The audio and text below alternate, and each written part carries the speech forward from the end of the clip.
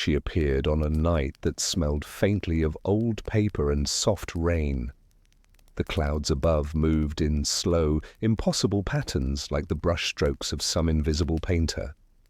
Somewhere, far beyond the reach of any street lamp or star, a lullaby hummed through the air, its melody forgotten, yet strangely familiar.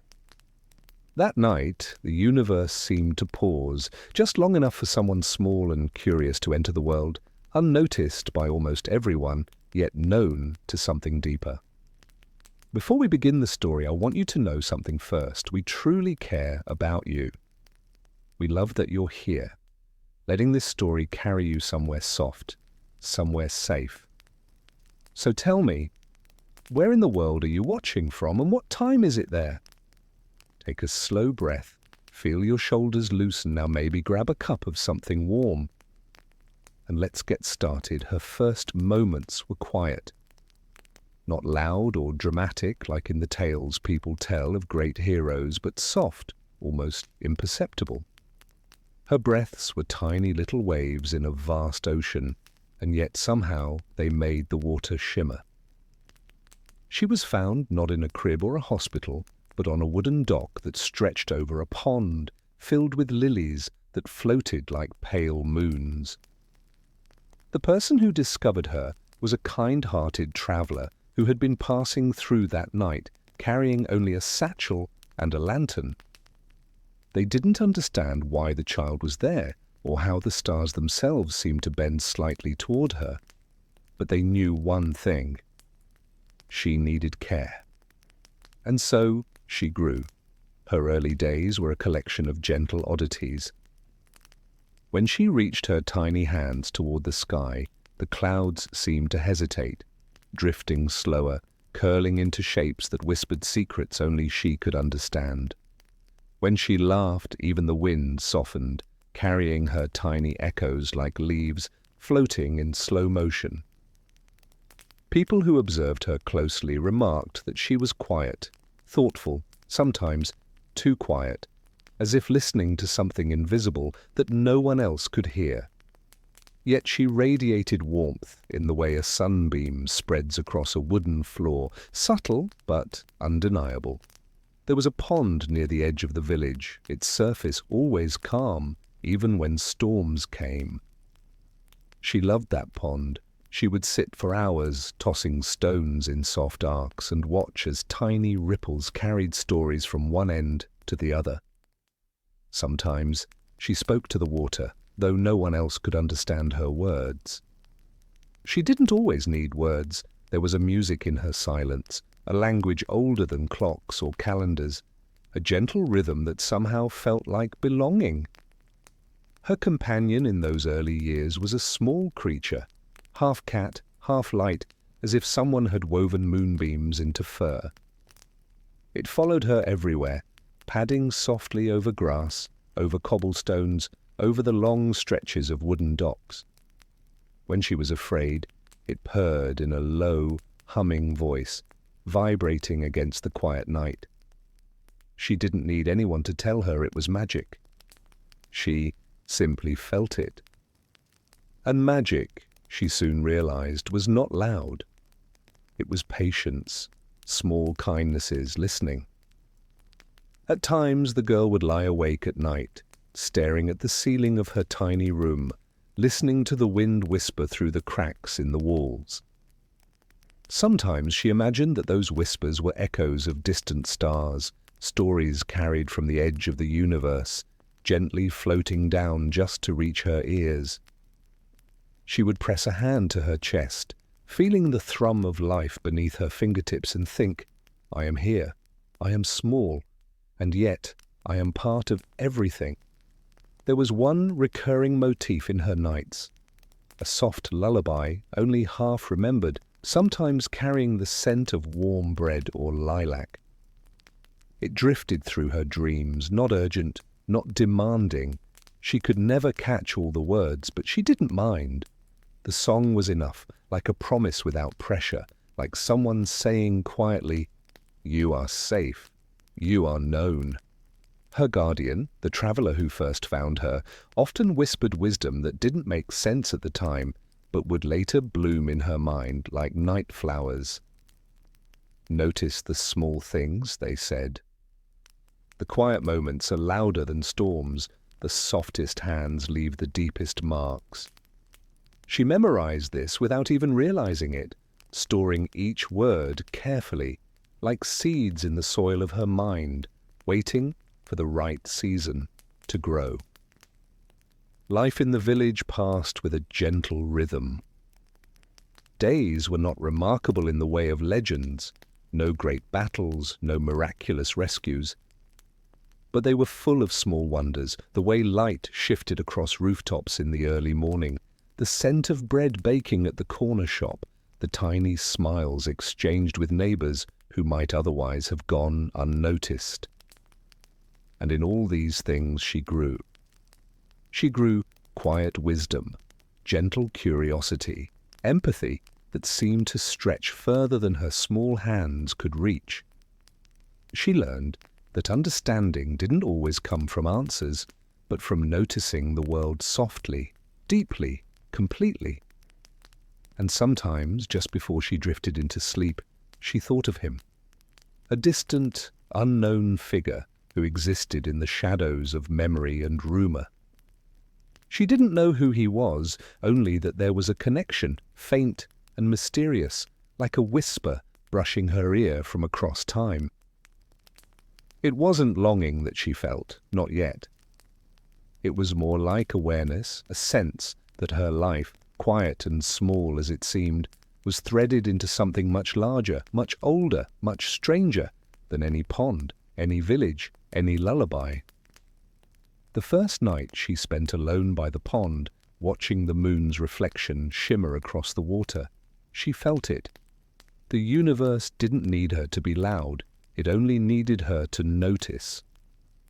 She traced patterns in the water with a stick, each ripple carrying away pieces of doubt, pieces of fear, pieces of the ordinary that weighed too heavily. And in that quiet she felt a pulse of belonging, a gentle hum of life that promised, "You are here. You matter. You will grow in ways you cannot yet imagine." So she did. She grew in silence, in small kindnesses, in curiosity about everything that flickered at the edge of perception. She grew without urgency, without applause, without expectation. And the stars above her, in their slow, impossible choreography, watched and whispered in return, as if remembering something they had almost forgotten.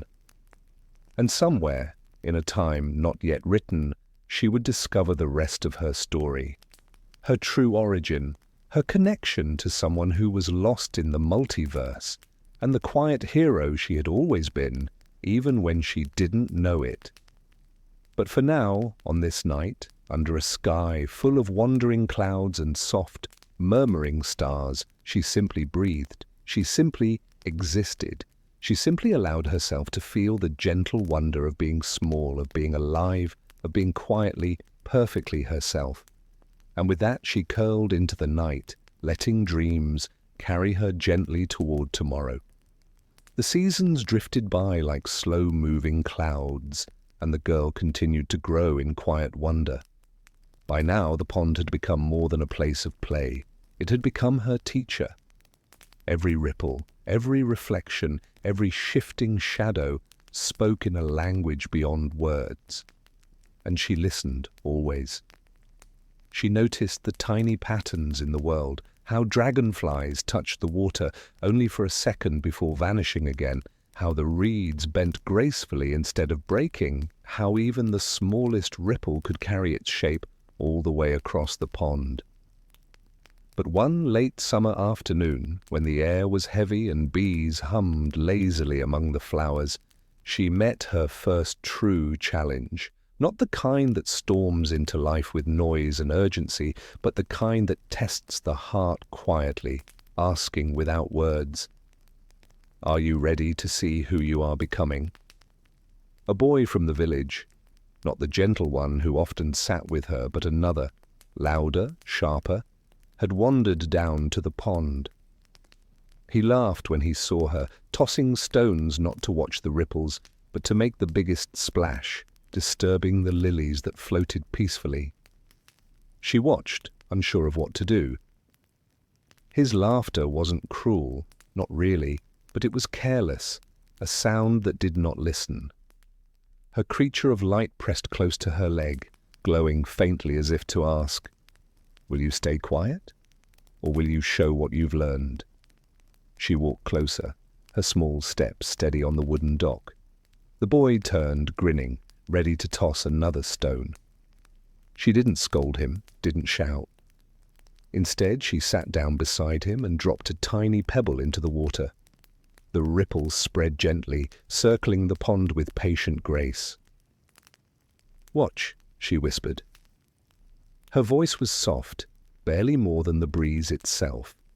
The boy frowned at first, confused, but when he looked back at the water, he saw how her ripple outlasted his splash, how the circles spread calmly long after his loud waves had vanished. For a moment, silence grew between them. The girl didn't need to explain further. She only reached for another pebble, dropping it with the same quiet care. And slowly the boy's laughter softened, becoming something gentler, almost thoughtful. It was the first time she realized that her way, her quiet noticing, her patient heart, could change the world around her, not by force, not by loudness, but by presence, by example, by showing another way to be. That night, she thought about it as she lay in bed. Her guardian's words echoed in her memory. The softest hands leave the deepest marks. And now she understood. Power didn't need to be big to matter. Sometimes the smallest ripple reached the farthest shore. Days continued, and she carried this lesson with her. When the baker in the village seemed tired, she left a flower at his door without saying who it was from. When the elderly woman who lived by the edge of town dropped her basket, the girl was there to pick up each apple, not rushing but with steady kindness. And when her friend, the gentle boy, came to sit with her by the pond, she shared her sandwiches without needing to be asked. Each act was small, unremarkable by the measures of great tales, but she began to feel how they collected, how they built into something larger, something luminous that couldn't be seen with eyes alone. She didn't always understand it, but she felt it. A soft glow that seemed to live inside her chest, the same rhythm she had felt once in the glass sphere that had risen from the pond. One evening, the traveller returned from a long journey, their satchel filled with maps and scraps of paper covered in unreadable notes. They sat with her by the fire, their lantern flickering against the wooden walls. "What did you learn while I was away?" they asked. She hesitated, not sure how to put it into words. Finally, she whispered, "That I don't need to be loud. That ripples travel farther than splashes." The traveller smiled, their tired eyes softening. "Then you are already wiser than many who have crossed 1,000 worlds," they said. "Never forget, the quiet path is still a path, and sometimes it is the truest one." Her creature purred in agreement, curling into her lap as if sealing the lesson. She stroked its shimmering fur, feeling the vibration echo through her fingers, and thought about how even purring, such a small, simple sound, could carry so much comfort. In the weeks that followed, her awareness deepened. She began to sense emotions in others the way she sensed shifts in the weather. When her friend sat beside her, his silence told her stories as clearly as words could. When the traveller returned weary, she noticed before they said a word, and she offered warmth in the form of tea, or just a hand on their sleeve. She learned that empathy itself was a kind of stretching, the ability to extend yourself quietly into the space of another, to feel with them without needing to take, to understand without needing to explain. It was then she began to dream more vividly. In her sleep, she saw endless skies, constellations swirling into shapes she almost recognized. Sometimes she glimpsed a figure, tall, distant, shadowed by starlight. He never turned fully toward her, but she felt something stirring whenever he appeared. Not fear, not confusion, something softer, something like longing without a name. She would wake with the lullaby still in her ears, fragments of notes that carried a scent of lilac and rain. One night, lying beneath the open sky with her creature tucked close and her friend dozing beside her, she whispered to the stars, "I don't need to understand you yet. It's enough that you are here." And the stars, silent and ancient, seemed to pulse brighter for a moment, as if they understood her in return. Her first challenge had passed, not with conflict, but with a lesson she had the power to guide, to soothe, to shift the world softly. And though she was still young, still learning, she began to carry herself with the quiet dignity of someone who knew that even small ripples could shape the vastness of time. And so, she slept that night with a calm heart, the pond's reflection echoing behind her eyes, the soft hum of the universe in her chest. By the time autumn returned, the air had grown crisp, the pond dressed in golden reflections of leaves that drifted slowly down from the trees. The girl had grown taller, though still small in the world's eyes, and yet her presence felt steadier now, like a lantern whose flame no longer flickers at every passing breeze. The ripples she created, in the water, in people, in silence itself, seemed to last longer, carrying farther. Her creature of light never left her side. Its glow had softened into something gentler, more constant, like moonlight spilled across a familiar floor. When she rested her head against its fur, she felt not only comfort, but something like a promise. You are not alone, even when you feel small. And she needed that promise, for there were still nights when dreams of the distant figure stirred something restless inside her. But she was not truly alone. The gentle boy from the village, her first true friend, had become part of her days in a way that felt as natural as breathing. They did not speak constantly, in fact they often spoke less than most. But silence between them was never empty. It was filled with the warmth of shared space, with the sound of pebbles plinking into the pond, with the faint hum of lullabies only half remembered. One chilly evening, the two of them sat wrapped in blankets, a small lantern between them, the pond glittering with reflections of fireflies. He leaned against her shoulder, sighing in the way that only children on the edge of growing older can sigh, not with sorrow, not with joy, but with a quiet awareness of change. "Do you ever feel," he murmured, "like the world is too big? Like we're just tiny sparks in it?" She thought for a long time before answering. The reeds bent with the wind, the lantern flame trembled, then steadied. Her creature purred softly at their feet. Finally, she said, "Yes, but even sparks can warm the dark. Even sparks can travel farther than we think." He smiled at that, though he didn't reply. He didn't need to. In the stillness that followed, they both felt it, the truth of her words humming in the space between their breaths. Their companionship deepened with every season. They learned each other's silences, the language of glances, the meaning of small gestures. She noticed how he always gave away the first bite of his sandwich, saving the best part for someone else. He noticed how she would pause before speaking, as if weighing the quiet itself. They never had to declare their bond in grand ways. It lived in these details, soft and steady, like roots growing unseen beneath the soil.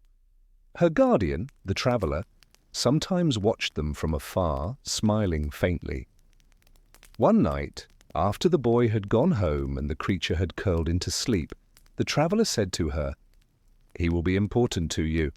Bonds like these are not accidents. They are threads woven into us long before we notice them." She tilted her head, considering this. "Like ripples," she said, "exactly like ripples." The months passed in this quiet rhythm, yet small moments stood out like glowing stones on a path. The time they built a tower of stones at the pond's edge, watching it collapse into laughter. The day they both fell asleep beneath the same tree, waking to find her creature watching over them like a silent guardian. The winter morning, when they walked across the frozen pond, their hands brushing once, lightly, like the spark of a secret they weren't ready to name. And still, in the background of these gentle days, her dreams of the shadowed figure continued. Sometimes she heard a low voice, deep and tired, speaking words she couldn't quite catch. Sometimes she felt the echo of a mind brilliant and wounded, full of regret. She didn't understand, but she carried the feeling like a stone in her pocket, always present, always shaping the way she looked at the stars. Her empathy grew sharper. She began to notice when others carried burdens even they did not speak of. When her friend grew quiet, she offered her silence as a cushion. When the baker seemed lonely, she lingered a little longer in his shop, asking about his day.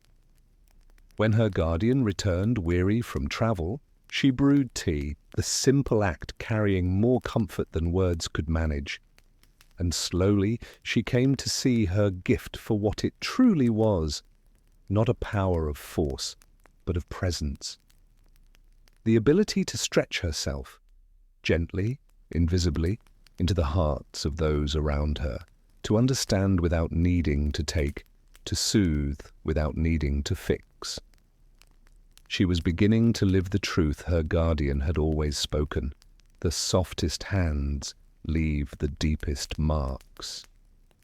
One evening, as she and her friend sat by the pond watching geese drift across the fading light, he asked, "Do you ever wonder why you're different?"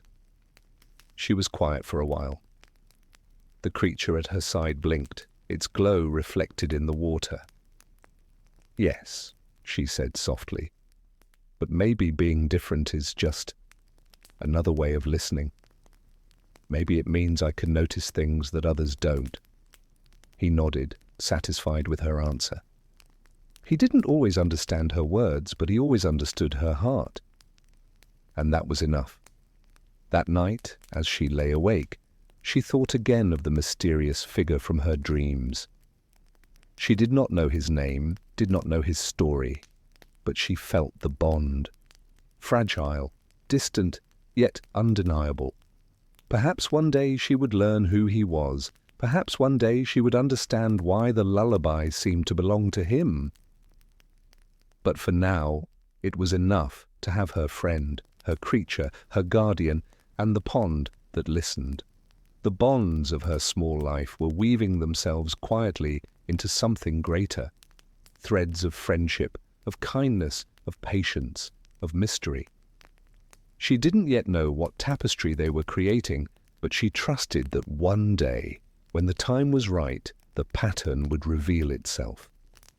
And so, she breathed deeply, letting the night wrap around her, the hum of her creature filling the room, the echo of the pond's ripples still inside her. She didn't need to rush. She didn't need to know everything yet. She only needed to grow, one small kindness, one quiet bond, one gentle moment at a time. Winter had settled across the village, laying a hush upon everything. Snow rested on rooftops like folded blankets, and icicles hung from the eaves, catching pale light like glass chimes. The pond, once full of ripples and lilies, now lay beneath a smooth sheet of ice, so still that it seemed to hold its breath. The girl would sit there sometimes, bundled in scarves, her creature of light pressed close for warmth, watching the way frost drew patterns across the surface. To her, even the frozen pond spoke. Its silence was not empty. It was listening. She was older now, though still young, her features softened by the patience of quiet days. Her friend visited often, their footsteps crunching across the snow, their laughter softer now, more thoughtful than it had been in the summer months. They still shared sandwiches by the frozen pond, though they often had to eat quickly before the bread hardened in the cold. Between bites, they watched the geese fly overhead, listening to their distant cries that seemed to echo with longing. But it was in her dreams that she began to notice the change. At first, the dreams had been nothing more than flickers, shadows against starlight, whispers she couldn't hold on to. Now, they had grown sharper, clearer. She dreamed of a man's voice, low and restless, carrying both brilliance and sorrow. He never spoke to her directly, not yet, but his presence filled the air like a storm held back by distance. She felt his thoughts ripple through her sleep, regret, brilliance, loneliness, a love buried so deeply it didn't know how to reach the surface. She would wake with her chest tight, as though she had carried the weight of his memories through the night. Yet she was never afraid. There was something in that voice beneath its rough edges that felt familiar. As if some part of her already knew him, already belonged to him, even if she could not yet explain why. Her guardian noticed the change in her. One evening, as they sat by the fire, the traveller asked, "What do you see when your eyes are closed?" She hesitated, unsure if she should tell. But something in their gaze reassured her, so she whispered, "I hear someone. I feel him. He is far away, but he's not gone." The traveller nodded slowly, as if this was something they had expected. Voices have a way of crossing distance when hearts are bound. Do not rush to understand it. Just listen. Listening is your gift. And so she listened. Her dreams became a quiet classroom. In them she wandered through vast halls of stars, each one pulsing like a lantern. Sometimes she saw strange machines glowing with energy, their designs far beyond her comprehension. Other times she glimpsed bottles, flasks, papers scattered across a desk, each one filled with symbols she could not yet read. And always, in the distance, she felt him. The figure of the man, shoulders hunched, as though carrying too much, his hands moving quickly, his mind a storm. Sometimes, in these dreams, she felt his loneliness reach out to her like a wave. She would stretch her hand toward him, and though he never turned, she imagined he felt it. A warmth across the vastness of space, a reminder that he was not entirely forgotten. Her friend began to notice her distant gaze in waking hours. One snowy afternoon, he nudged her gently with his shoulder as they walked. "Where do you go when you look at the sky like that?" She smiled faintly, unsure how much to say. "I think I go to someone," she whispered. "Someone I haven't met, but who is part of me." He didn't press her further. Instead, he simply nodded, his breath visible in the cold air. "If he is part of you, then he is lucky," he said quietly. She carried those words with her like a lantern against the dark. The pond, even frozen, seemed to mirror her thoughts. She noticed how cracks spread across the ice, not with violence, but with slow, inevitable lines, creating patterns that stretched outward. It reminded her of her own life, how her small ripples of kindness had begun to reach farther, even to those who didn't fully understand her. And perhaps, she thought, even her dreams were ripples stretching across time, across space, across worlds, to reach the man she had never met but always felt. Her creature of light grew more protective in these months. It often curled at her feet at night, its glow brighter when her dreams turned heavy. Sometimes, when she woke with tears she couldn't explain, the creature pressed its head into her chest, humming in a way that soothed her back into rest. She whispered thanks into its fur, and though it didn't answer with words, she felt its understanding. As the year turned, the village prepared for the small festival of lanterns, a tradition older than anyone could recall. Each person lit a small candle inside a paper lantern and set it drifting across the frozen pond, believing the light would carry their wishes into the sky. That night, as lanterns rose in slow, glowing arcs, she stood beside her friend and her guardian, holding her own lantern close. "What will you wish for?" her friend asked. She thought for a long time, then whispered, "For him to know he's not alone." Her lantern lifted into the sky, joining dozens of others, each one swaying gently in the wind, before rising higher until the stars seemed to welcome them as kin.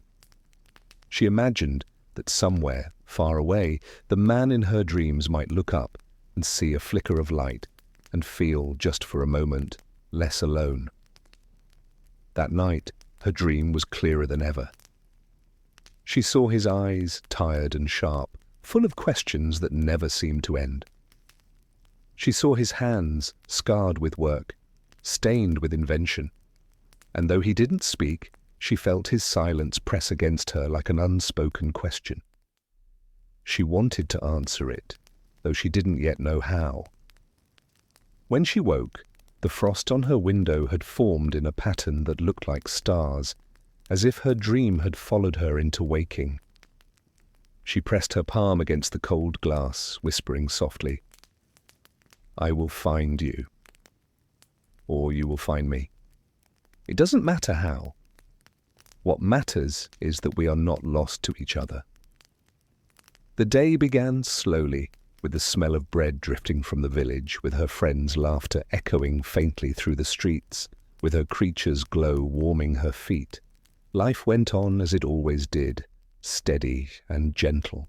But deep inside her she carried something new, a certainty that the voice she heard, the shadow she dreamed of, was not just a mystery. It was family. And though the world did not yet reveal the truth, she felt patient enough to wait. After all, ripples take time to reach their farthest shore. The snow began to melt, not all at once, but in soft withdrawals.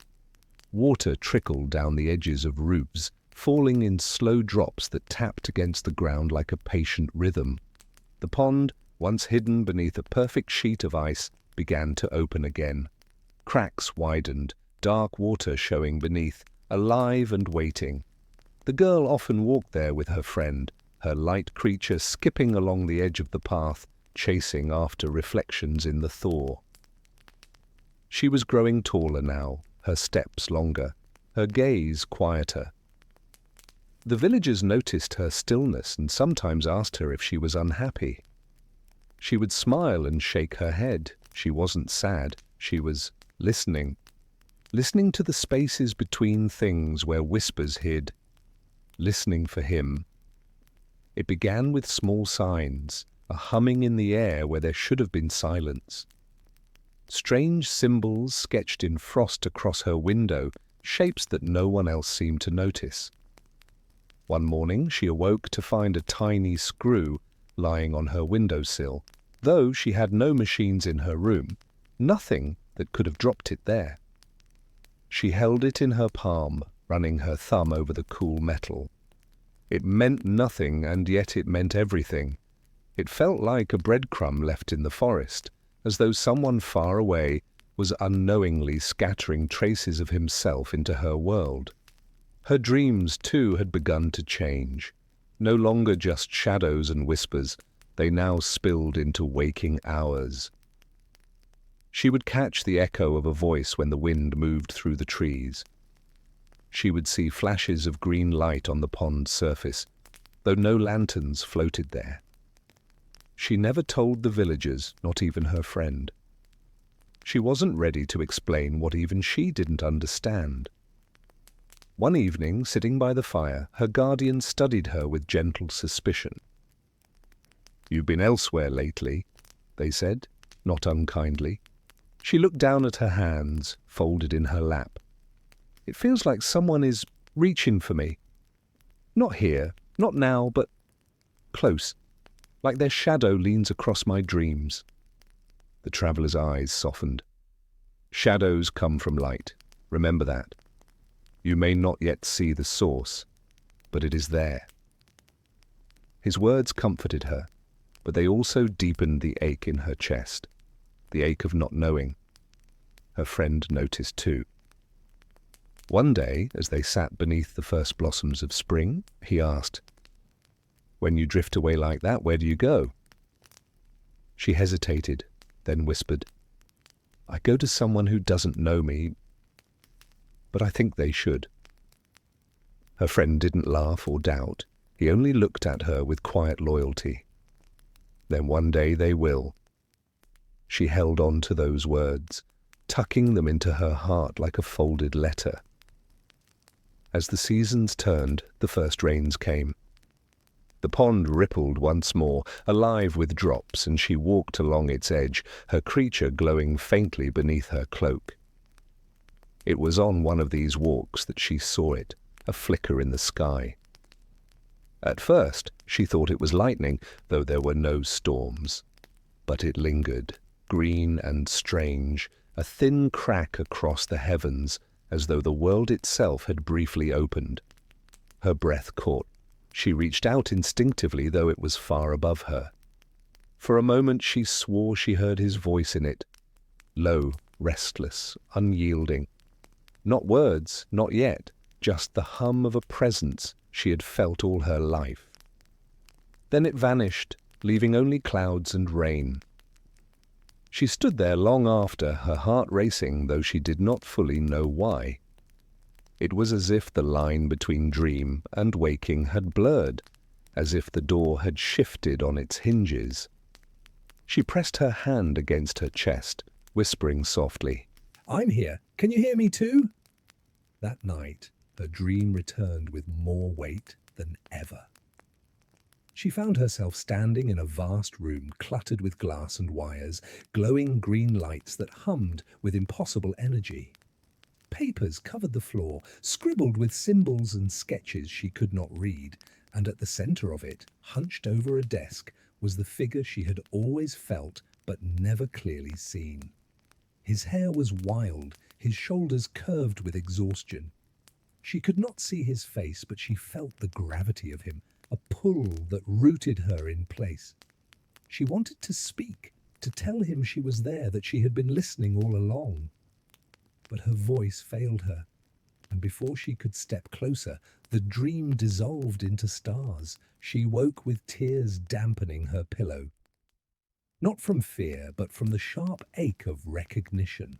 Whoever he was, whatever he carried, she knew now with certainty. He belonged to her story, and she belonged to his. Her creature pressed its head against her side, glowing brighter as though it too had seen him. She stroked its fur and whispered, one day we'll meet." The next morning she found another small token by her window. This time a shard of glass, smooth on one side, sharp on the other, faintly humming with warmth. She held it close to her ear, and though it made no sound, she imagined she could hear the echo of a voice moving through it, lost but searching. She wrapped it carefully in cloth and tucked it away. Days stretched onward, gentle and quiet, yet now charged with a sense of expectancy. She noticed the way the stars seemed brighter, the way the wind carried unfamiliar scents, the way shadows sometimes lingered just a moment too long. None of it frightened her. It only confirmed what her heart already knew. The threads of her life were tugging towards something beyond the village, beyond the pond, beyond even her own understanding. And in the deepest part of herself, she began to feel ready. Ready to follow the ripples wherever they led. Ready to listen until the voice she heard in dreams turned into words she could answer. For now, though, she wrapped herself in her blankets, listened to the patter of rain against her window, and let her eyes close once more. If he was out there, and she knew he was, then somewhere, somehow, he would hear her too. And she whispered into the drifting quiet, "I am here. I am waiting." The rains passed, leaving the air washed clean, as though the village itself had been gently scrubbed of its dust and sleep.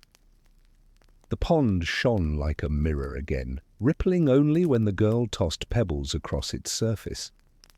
Each ring spread outward, soft and patient, vanishing into the greater stillness.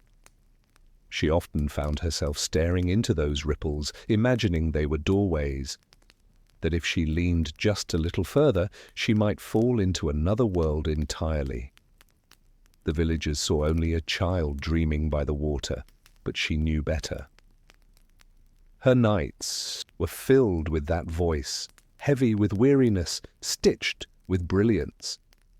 It did not always speak in words. Sometimes it was just the clatter of glass, the fizz of a bottle, the hum of something strange sparking to life. Yet in those sounds she heard longing. In those restless echoes she felt a pulse of recognition, like the ache of missing someone you've never met.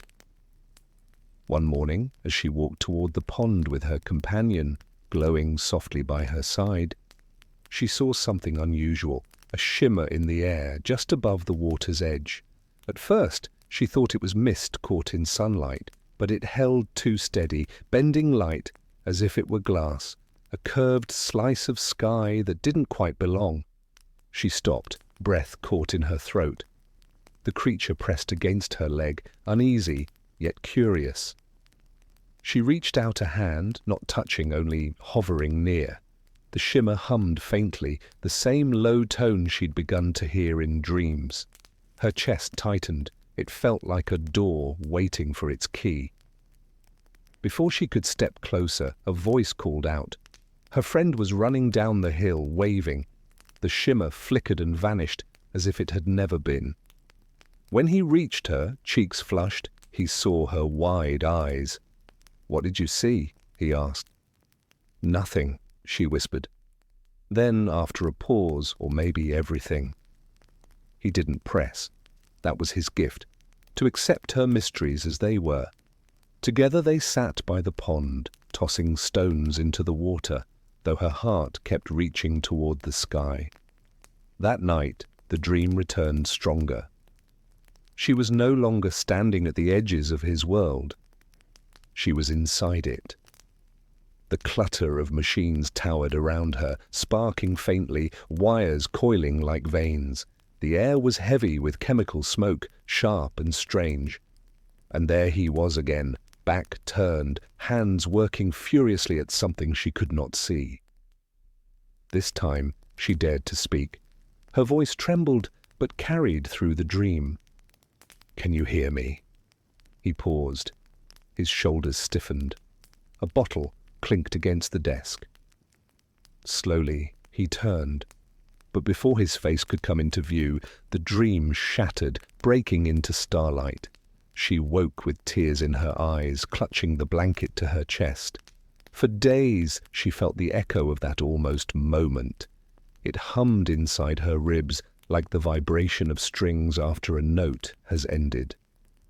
Her guardian noticed her distraction, watching her stir her food without eating. "What waits at the edge of your thoughts?" they asked gently. She hesitated, then whispered, "A man who doesn't know me. But I think he should." The guardian's eyes softened with a sadness she didn't understand. "Then perhaps the universe will bring you together when the time is kind." She nodded, though Patience felt heavier now. Each night her dreams called louder.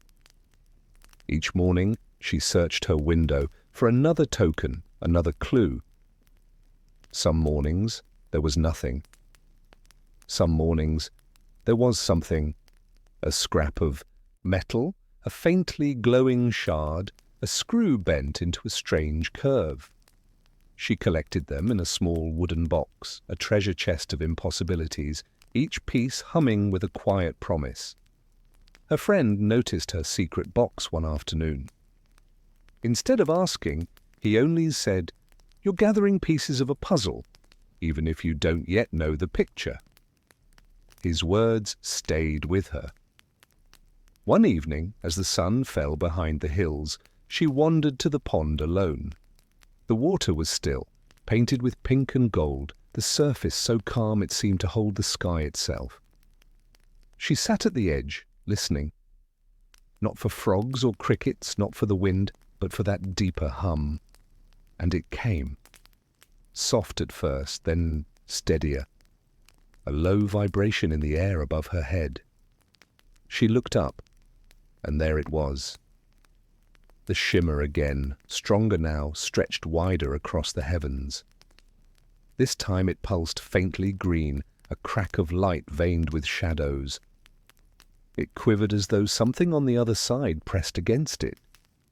Her creature whined softly, fur glowing brighter in defense. But she felt no fear, only recognition. "Hello," she whispered, voice shaking. "I know you're there." For an instant, the shimmer seemed to tremble back, as if answering. A sound rushed through it, not quite a word, not quite a breath, but unmistakably him. Then the light thinned, breaking apart into the darkening sky. She sat long after, trembling, her hand pressed to her heart. For the first time she felt certain. He had heard her. The days that followed seemed to glow with possibility. She moved through the village with quiet wonder, her secret humming inside her like a lantern. Every shadow felt richer, every sound layered with meaning. She caught herself smiling for no reason, her steps lighter. Her friend noticed. "You've seen him again, haven't you?" She only nodded, unable to put the experience into words. And that night, when she closed her eyes, the dream returned. The cluttered room, the glowing green light, the figure hunched at the desk. He turned again, slowly this time, and though she could not yet see his full face, she caught a glimpse. Tired eyes, rimmed with sorrow, filled with brilliance and weight. He looked at her as though he almost recognized her. She woke, gasping, pressing her palms to her face. The ache in her chest had never been so strong, but there was no fear in it, only longing, only hope, and beneath it all a quiet knowing. Doors had begun to open. Somewhere, across worlds, he was listening, and she whispered into the dark, "Don't give up. I'm here." The morning after the dream, she woke to find something waiting at her window.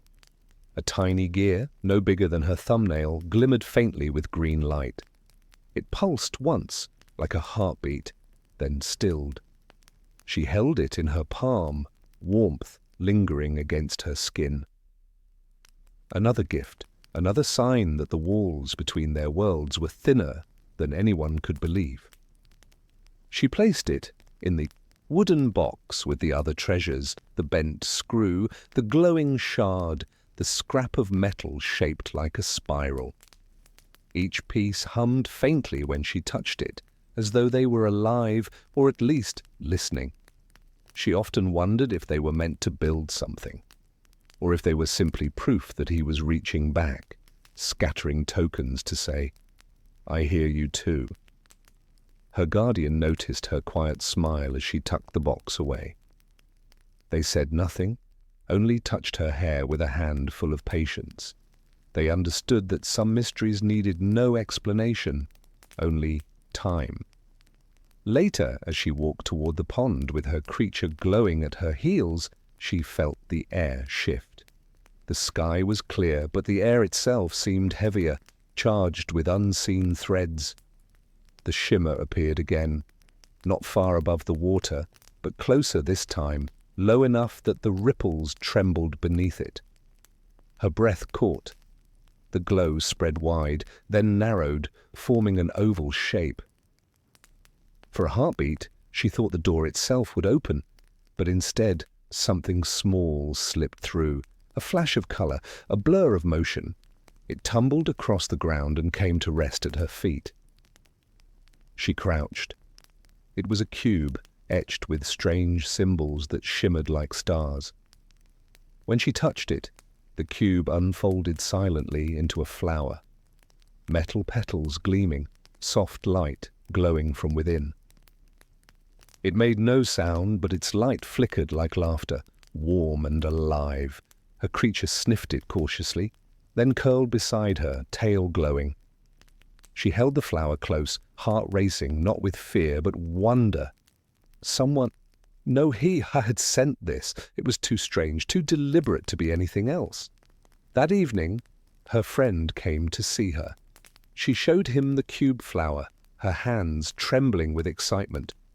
He stared at it for a long time before finally saying, "This isn't just a puzzle anymore. He's sending you pieces of himself." The words settled over her like a hush.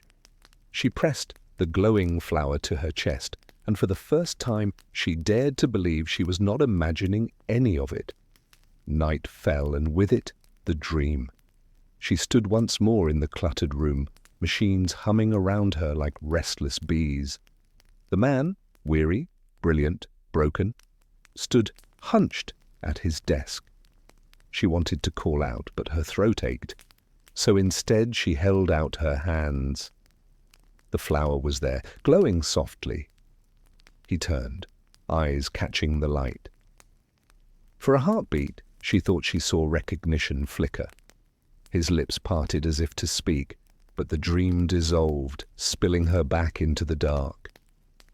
She woke gasping, the flower still glowing faintly on her nightstand. She touched it with trembling fingers. She hadn't carried it into the dream. It had followed her. From then on, the shimmer brought more. Small things, quiet things. A coin etched with constellations that didn't exist in her sky. A slip of paper covered in scribbles she could not read, though the handwriting felt achingly familiar. A vial of glowing liquid that pulsed like a heartbeat. Each piece deepened the connection, and with it, her longing. Her friend helped her study them, though he admitted he understood little. Sometimes, as they sat in the twilight, he would say softly, "It feels like he's building a bridge to you." Her guardian, though silent, seemed to know more than they revealed. When she placed the cube flower in their hands, they held it as if it carried weight far beyond its size. Their eyes dimmed with memory. "You are walking a path few can follow," they said at last. "But remember, doors open both ways. Be ready for what may step through." She nodded, though the meaning slipped through her like mist. The shimmer came more often now, at dawn, at dusk, sometimes even beneath the stars. Each time she ran to it, breathless with hope. Sometimes it only flickered and faded. Other times it gave her tokens. Once it gave her something else, a sound. It came sudden, spilling from the glowing air like water through a crack, a laugh, rough, tired, broken at the edges, but undeniably real. Her heart leapt. She pressed closer, hands trembling, whispering into the glow, "I'm here. Can you hear me?" The shimmer pulsed once, as though nodding. Then it vanished, leaving her trembling on the shore. Her friend found her later, cheeks wet with tears she hadn't noticed. "He laughed," she whispered. "I heard him laugh." Her friend placed a hand over hers, steady and warm. "Then he's closer than ever." From then on, she kept vigil by the pond at twilight. She carried the flower, the cube, the constellations, the glowing vial, all pieces of him, all proof of their bridge. The air itself seemed to hum around her now, each breeze carrying the faintest taste of metal and ozone, as though the veil between them thinned. And in her dreams, he was always there. always turned half away, but closer now, eyes brighter, hands slower in their work. He seemed to pause when she entered the dream, as if sensing her presence more clearly. She whispered to him again and again, "Don't give up, I'm here." One night, as she whispered it, he answered, not with words, but with a sound. The softest exhale, a sigh like surrender and wonder all at once. She woke with tears on her cheeks and a smile tugging at her lips, because she knew the bridge was almost built. The shimmer came again on the third evening after the sigh. She had been waiting by the pond, lantern dim at her side, the glowing flower resting in her lap. The air thickened, heavy with silver threads, and she knew, before the light appeared, that something different was about to happen. It began as always, a glow that widened, then narrowed, a pulse like the rhythm of a heartbeat. But this time the light did not scatter small trinkets into her hands. Instead, it deepened, brightened, as though straining against itself. The water rippled, birds hushed in the trees, and she leaned forward, heart trembling with both hope and fear. From the oval shimmer came not an object, but a figure. Small, stumbling, it tumbled into the grass with a sound halfway between a cough and a squeak. She gasped. For a moment the world itself seemed to hold its breath. It was alive. She approached, slowly, creature glowing faintly at her side. The figure was no larger than a rabbit, its body a patchwork of metal and flesh, stitched with glowing veins of green light. Its eyes blinked open, wide, liquid, trembling with confusion, not dangerous, not fierce, only lost. Kneeling, she held out her hands. The creature tilted its head as if listening to a song only it could hear, then staggered forward and collapsed against her palm. Its weight was real, warm, fragile. She cradled it gently, heart racing, the shimmer fading back into night. Her guardian came when she called softly into the trees. They studied the being, their expression unreadable. At last they said, "It is not of this world, yet it has chosen you. Care for it well." So she did. She called it Echo because it reminded her of a voice caught between worlds. Echo followed her everywhere. Clumsy at first, always tripping, sometimes sparking with faint light when frightened. But as days turned to weeks, it steadied. It played with her glowing companion, chasing sparks across the meadow. It learned her voice, turning its head whenever she whispered. And at night, when she dreamt of the man, Echo often appeared in the corner of the room, watching quietly, as though it too belonged in both worlds. Her friend was the first to notice the deeper meaning. One evening, as Echo curled in her lap, he whispered, "This isn't just a visitor. It's a messenger. He sent it, or maybe it slipped through because of him. Either way, it's proof the bridge is nearly complete." She stroked Echo's head, feeling the soft hum beneath its skin. Proof. A living, breathing bridge between them. Yet with proof came questions. Why had it been sent? What message did it carry? Sometimes Echo would tap at the glowing flower with its small hands, tilting its head as though urging her to understand. Other times it would gaze at the stars with wide, aching eyes, trembling softly as if remembering something it had lost. Her guardian grew quieter with each passing day, their gaze often lingering on Echo, with both wonder and sorrow. One evening, they told her, "When living things pass through such doors, it means the door is nearly strong enough for others. Be patient. Do not force it. The universe knows its own timing." So she waited. But waiting changed her. With Echo near, the silence of her world no longer felt so vast. She began to laugh more, softly, surprised by her own voice. She began to dream not just of the man, but of possibilities. of sitting across from him at a table, of hearing him speak without the shimmer between them. She began to believe not just in the bridge, but in reunion.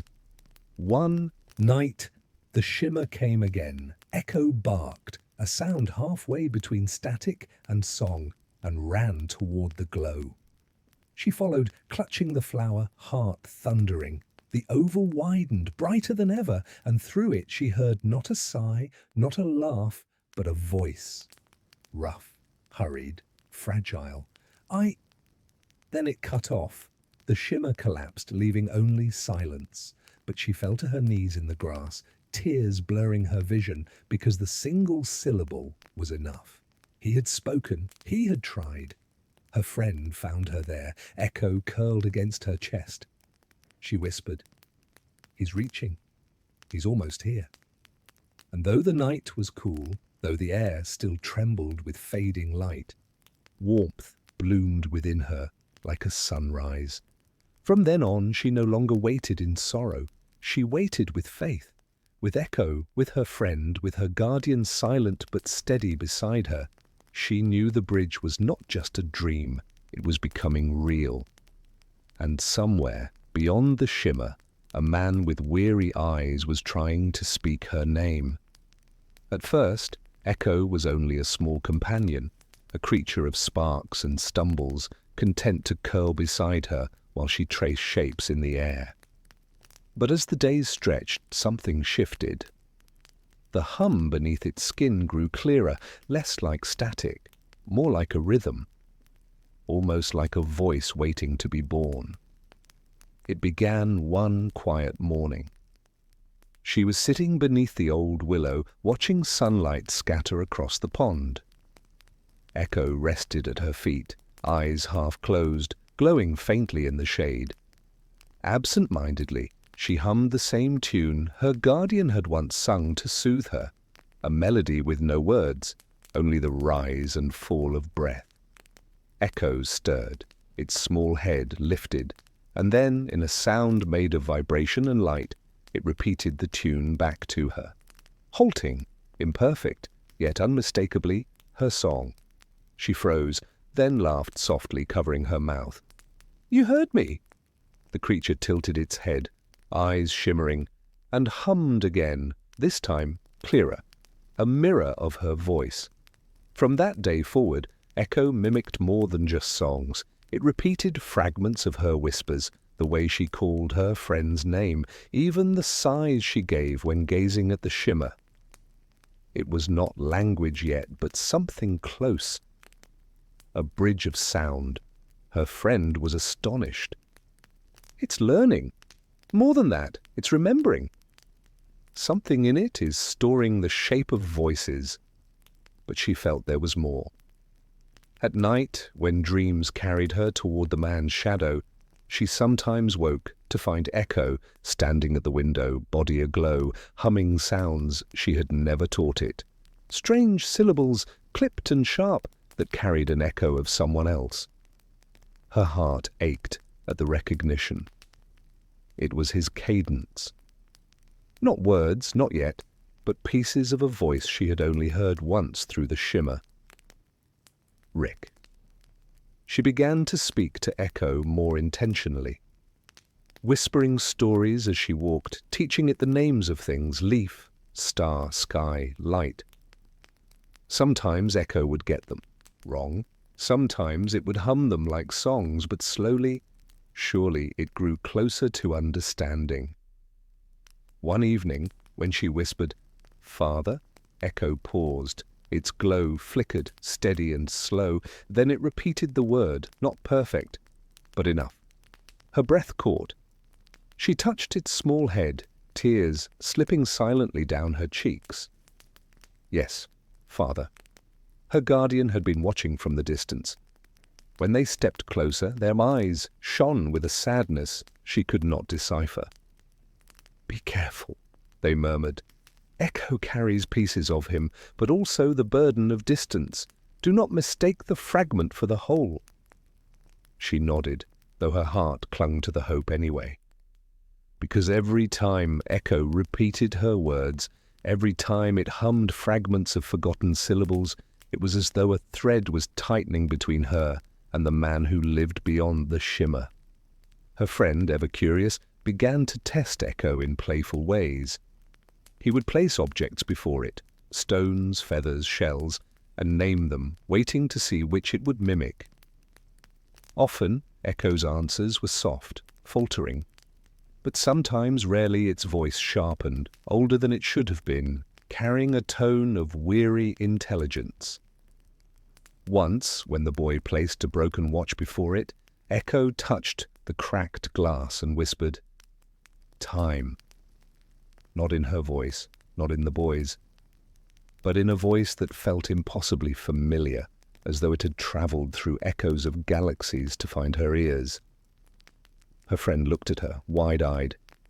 "That wasn't you." She held Echo close, shivering though the night was warm. No, it wasn't her. And yet it was the word she needed most. Time. A reminder. A promise. The shimmer returned a few nights later, soft and pulsing. Echo raced toward it, humming low, body glowing brighter than ever.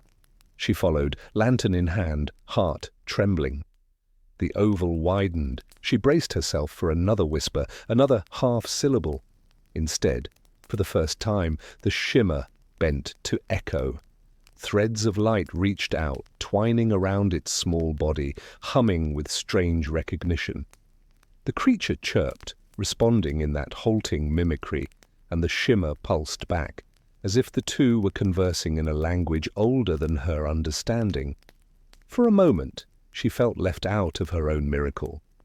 But then, in the soft hum of their exchange, she heard her name. Not spoken, not formed, but carried in rhythm. Echo repeated it. The shimmer answered. She sank to her knees in the grass, clutching the flower to her chest. Her name had travelled the bridge. He had spoken it through Echo. Her guardian's voice came from behind, low, solemn. The bridge is learning to carry voices. Soon it may carry more. She wanted to ask, more what? But the words stuck in her throat, replaced by a quiet sob.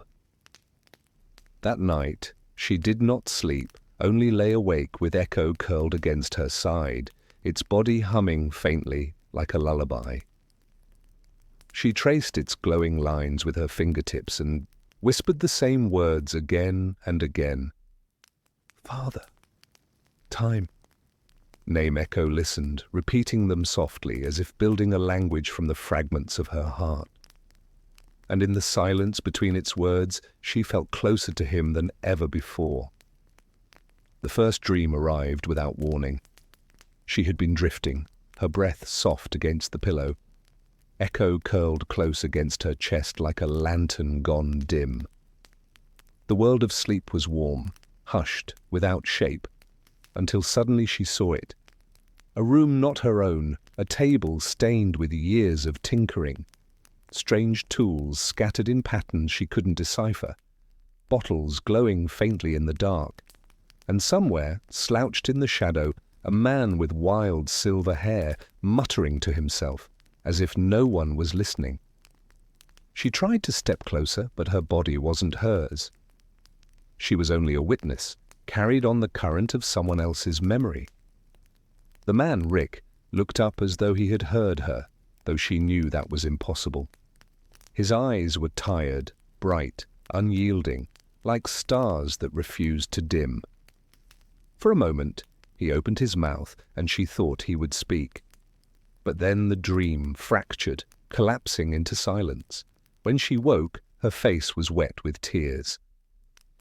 Echo sat at the window, glowing faintly, its body flickering like a film strip caught between frames. She whispered, "Was that you?" The creature turned, humming low, and for an instant its glow shaped itself into the outline of that cluttered room. Not real, not lasting, but enough to tell her she hadn't imagined it. Her friend noticed her weariness the next day. "You didn't sleep." She shook her head. "I saw him, not his face, not completely, but his place, his world." The boy leaned closer, curious. How? She touched Echo's side. The creature hummed in response, releasing a faint shimmer of light across the wall. Shapes flickered. A desk, a bottle, the curve of a broken machine. All so brief, yet unmistakable. Her guardian, overhearing, came to stand in the doorway. Their gaze was heavy. "Fragments," they said softly. "Echo carries not only sound but memory. It is stitched from more than fabric and glow. It holds echoes of a mind far away." The word mind lingered. She felt its weight settle deep inside her chest. If Echo could carry memory, then maybe, just maybe, it was a vessel, a bridge, not just for whispers, but for pieces of who he was. That night, she leaned close to Echo, whispering, "Show me more!" The creature pulsed. Its glow expanded across the ceiling, painting shapes she did not know. A bottle tipped, a pair of goggles resting crooked on a shelf, a hand scribbling equations across glass walls. And then, in a soft flicker, his voice, just one word, cracked, unfinished. "Beth!" Her breath caught. The name was not hers, yet it ached as though it should have been. Echo dimmed, curling small again, exhausted by what it had shown. She stroked its back gently, whispering thanks. In the days that followed, the visions returned in pieces. A laugh, dry and weary, a table littered with crumbs of sandwiches, a starlit window where the man sat with a drink in his hand, staring at the sky as if daring it to answer him. None of it came whole, just fragments, carried like broken seashells across the tide. Each vision left her both soothed and unsettled. She longed to know more, yet feared what truth waited inside those scattered shards. Was he searching for her? Did he even know she existed? Her friend tried to lighten the weight. "Maybe it's like dreaming someone else's dream," he said, tossing a pebble into the pond. "You get the good parts, the strange parts, but not the whole." She smiled faintly, though her heart still trembled. "But what if the whole is what I need?" Her guardian knelt beside her, their hand warm against her shoulder. "Sometimes fragments are kinder than the whole. Wholeness can be too heavy. Trust the small pieces. They will lead you where you need to go." That night, when the shimmer returned, she held Echo in her arms and stepped toward it. The oval of light pulsed, alive, as though aware of her longing. Echo's glow stretched forward, touching the shimmer, and suddenly the fragments spilled faster. Rick bent over a workbench, his hair falling into his eyes. Rick scrawling notes with a shaking hand. Rick pressing his palm against a screen, whispering words that cracked mid-sentence. For the first time, she heard his voice clearly, not just a syllable, not just an echo, a sentence, tired and heavy with regret. "I should have been there." Her knees buckled. The shimmer closed, retreating back into the night, leaving only the hum of Echo's glow. She held it close, whispering, "He knows. He remembers." Echo chirped softly, as if in agreement, before dimming into sleep. She lay awake until dawn, watching the shadows crawl across her walls. In her chest, hope and sorrow tangled like vines. The next day, while walking with her friend, she told him what she had heard. His eyes widened. "That means he knows about you." "Or maybe someone else," she said, though her voice wavered. But deep inside, she knew the truth. The fragments weren't random. They were threads of a bond not yet woven whole. Threads pulling her closer to a man she had never met, yet always carried.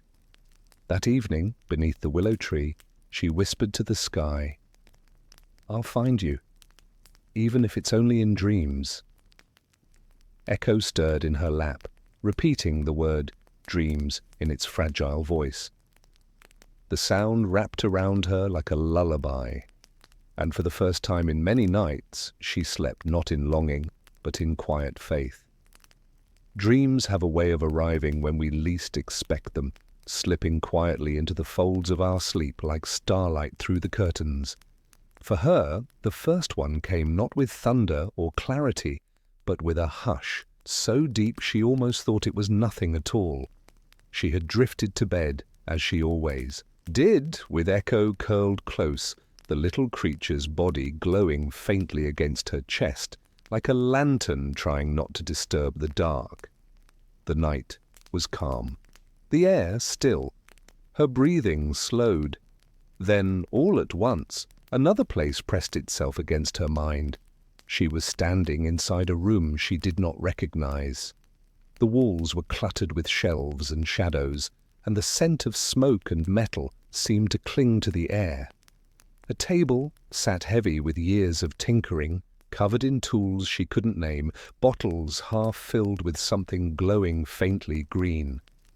Light flickered low, and in the far corner of the room was a man. She did not know him, not yet, and yet she felt as if her bones remembered him. His hair was wild and silver, sticking out as if no comb could tame it. His shoulders were hunched, his hands trembling, as they worked over a piece of machinery that hummed like a restless animal. He muttered to himself in low tones, the words broken, the rhythm uneven, as if he spoke only to keep himself from collapsing into silence. The girl wanted to step closer, to reach him, but she couldn't move. The dream didn't give her a body, she was only a witness, carried along like smoke in the corner of the room. Then, impossibly, the man looked up. His eyes, though lined and tired, burned with the light of stars refusing to fade. For a moment she thought he saw her. That was impossible, she knew, but her heart thudded anyway. His mouth opened as though to say something meant only for her. But before the words could form, the dream broke apart. The room dissolved, the tools scattered, the silver-haired man was gone. She woke with tears slipping down her face. Echo had left her side and now sat at the window, its glow faint and irregular, like a film caught between frames. She wiped her eyes and whispered, "Was that you? Did you show me?" The creature turned, humming softly. Its glow rippled once, and for the briefest moment the room appeared again across the wall, the table, the bottles, the scattered scraps of invention. Then it was gone. Echo curled smaller, tired, but the answer was clear. When morning came, her friend noticed the shadows beneath her eyes. "You didn't sleep," he said gently. She shook her head. "I saw him. Not all of him, not clearly, but I saw the place he lived, his world." Her friend tilted his head. "How?" She laid her palm against Echo's small body. It pulsed, and the shimmer appeared once more, just a fragment, faint as a reflection on water. A crooked desk, a single glowing bottle, the corner of a machine. Her friend gasped softly. Her guardian, who had been listening from the doorway, stepped closer. Their eyes were grave, but not unkind. "Fragments," they said quietly. Echo doesn't only carry sound, it carries memory.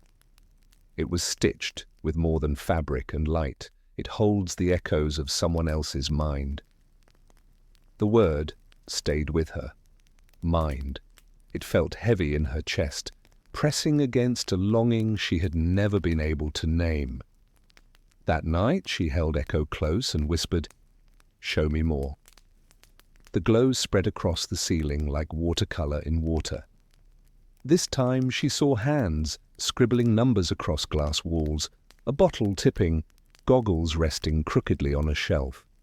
And then, soft as a sigh, a voice broke through. One word. "Beth!" The girl froze. The name was not hers, but it carried weight, sorrow, something unfinished. She reached out as though she could pull more from the glow, but Echo dimmed, curling small, exhausted. She kissed its side and whispered her thanks. The fragments returned often after that. Sometimes only a laugh, dry and weary. Sometimes the slow tapping of a pen against glass. Sometimes just silence, heavy enough to feel alive. One night she saw him by a starlit window, a drink in his hand, his shoulders bent beneath the weight of his thoughts. His face softened when he looked at the sky, though he smiled at nothing at all. Each glimpse soothed her and unsettled her all at once. She wanted to know him, to gather every piece until she understood the whole. But she was afraid too, afraid of what truth waited in those broken shards. Did he know her? Was he searching? Or were these fragments all she would ever have?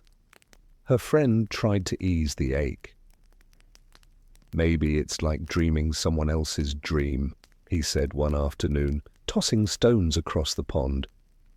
"You get the strange parts, the beautiful parts, but not the whole story." She tried to smile. "But what if the whole story is what I need?" Her guardian placed a hand gently on her shoulder. "Sometimes fragments are kinder. Wholeness can be too heavy for us to hold. Trust what you are given. It will lead you where you're meant to go." That evening, Echo's glow shivered more strongly than before. She leaned into it, holding the creature steady against her chest. The shimmer opened, brighter now, carrying her into another vision. Rick's face appeared clearer, though worn. His hand shook as he scribbled across a screen. His lips moved, words half caught in the static. She leaned closer, desperate, and this time the voice came through, clearer, heavy, cracked with regret. "I should have been there." The words pierced her, her knees gave way, and she clutched Echo tighter as the light collapsed. The shimmer dissolved into the night, leaving only silence. But silence was enough. She had heard him, not an echo, not a fragment, a truth. He carried regret. He remembered something he had lost. Her chest ached, but not in sorrow alone. Hope wound through it too, fragile and trembling. The next day she told her friend, her voice low. "He said, I should have been there." His eyes widened. "That means he knows he left something behind." "Maybe someone else," she said, though her voice cracked. Her friend shook his head. "Or maybe you." She didn't answer. Deep inside, she already knew. These weren't just scraps of a stranger's life. They were threads of a bond waiting to be tied. That night, she sat beneath the willow, looking at the sky.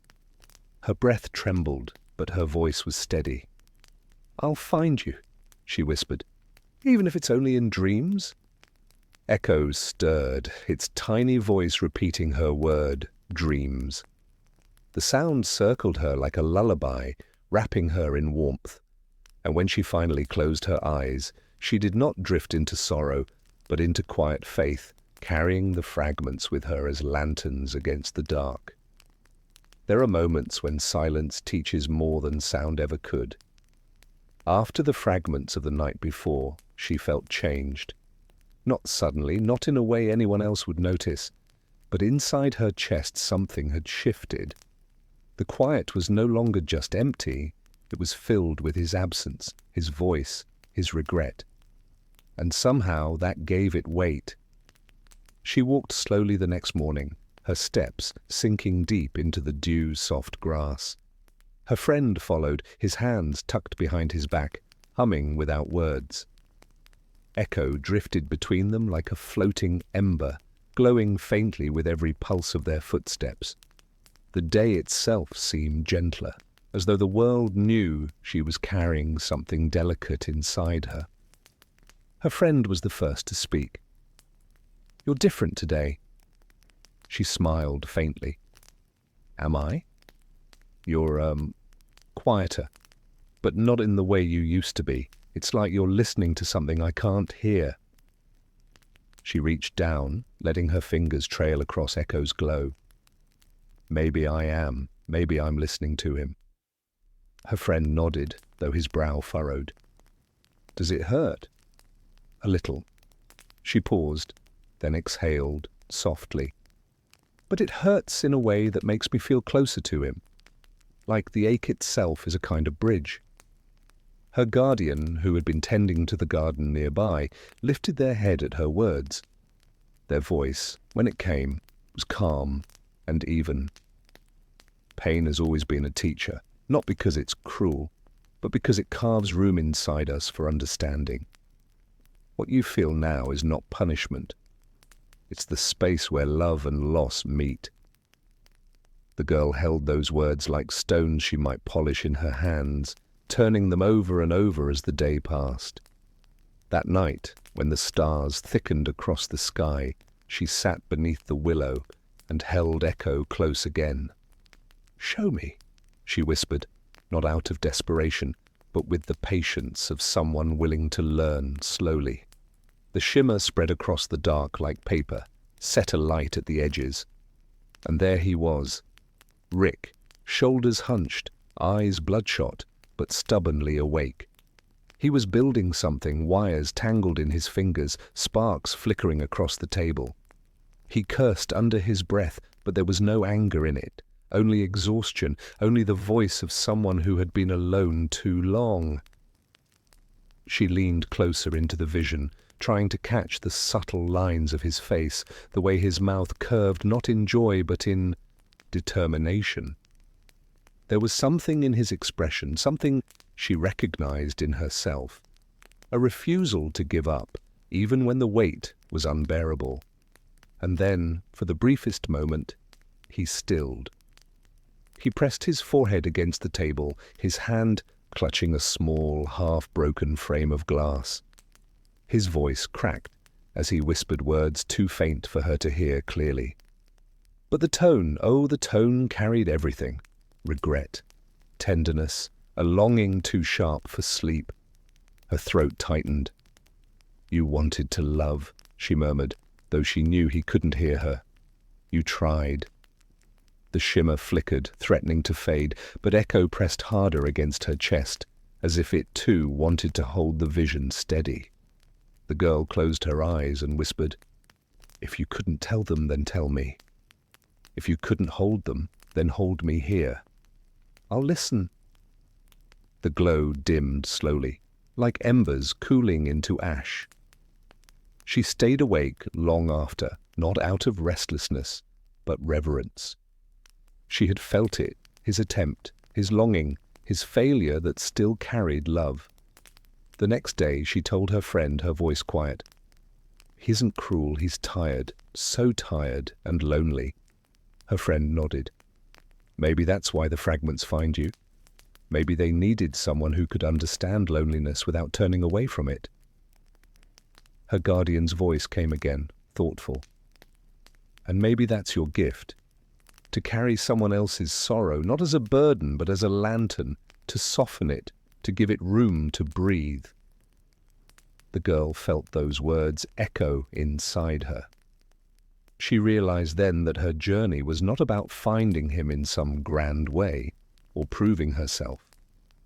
It was about learning what his regrets could teach her, learning how love survives even when broken. That evening she sat once more beneath the willow. The air was cool, the sky draped in silver threads of cloud. She let herself speak softly as though he might be somewhere listening. "You don't have to be perfect for me to care about you," she said. "You don't have to explain why you left or what you couldn't fix. I only need to know that you tried. And I think you did. I think you still do." Echo hummed faintly, repeating one of her words in its fragile voice. Tried. The repetition soothed her like a lullaby. She smiled through the ache. She did not expect more visions that night, but one came anyway. Just a flicker. Rick sitting in silence, his hand hovering above a button he could not press. His face tilted toward the ceiling, as if he were asking the stars themselves for forgiveness. It was gone in an instant, but the lesson lingered. Strength was not always in what he built, but in what he could not bring himself to destroy. For the first time, she felt not just sorrow for him, but gratitude. Gratitude that she could see him not as a legend or a ghost, but as something gentler, a tired man still holding on to pieces of his heart. That night, when she finally drifted into sleep, her dreams were not restless. They were tender. She dreamt of small things, hands fixing toys that did not need fixing, laughter spilling into a quiet room, sandwiches shared in silence. Nothing grand, just fragments of love that, in their own way, were enough. And somewhere inside that dream, she whispered again, "I'll listen. I'll carry this for you." Morning returned softly, the way it often does after a night heavy with dreams. The girl stirred, her breath still threaded with whispers she couldn't quite remember. There was a stillness in her, but not the empty kind, more like the calm surface of water holding hidden depths. She rose, Echo trailing behind like a sleepy star, and stepped into the dew-kissed air. Her friend greeted her with a yawn and a stretch, rubbing his eyes against the dawn. "You stayed up late again," he murmured, not as scolding, but as if he already knew her heart needed the night to learn. She smiled faintly. "I saw him again, just a flicker, just enough." Her friend tilted his head. "Enough for what?" "Enough to remind me he tried, and that even tired love is still love." She let the words settle, then added quietly, "I think I can carry that now, without breaking." The guardian, already tending to the garden, lifted their gaze. Their voice was calm, but kind.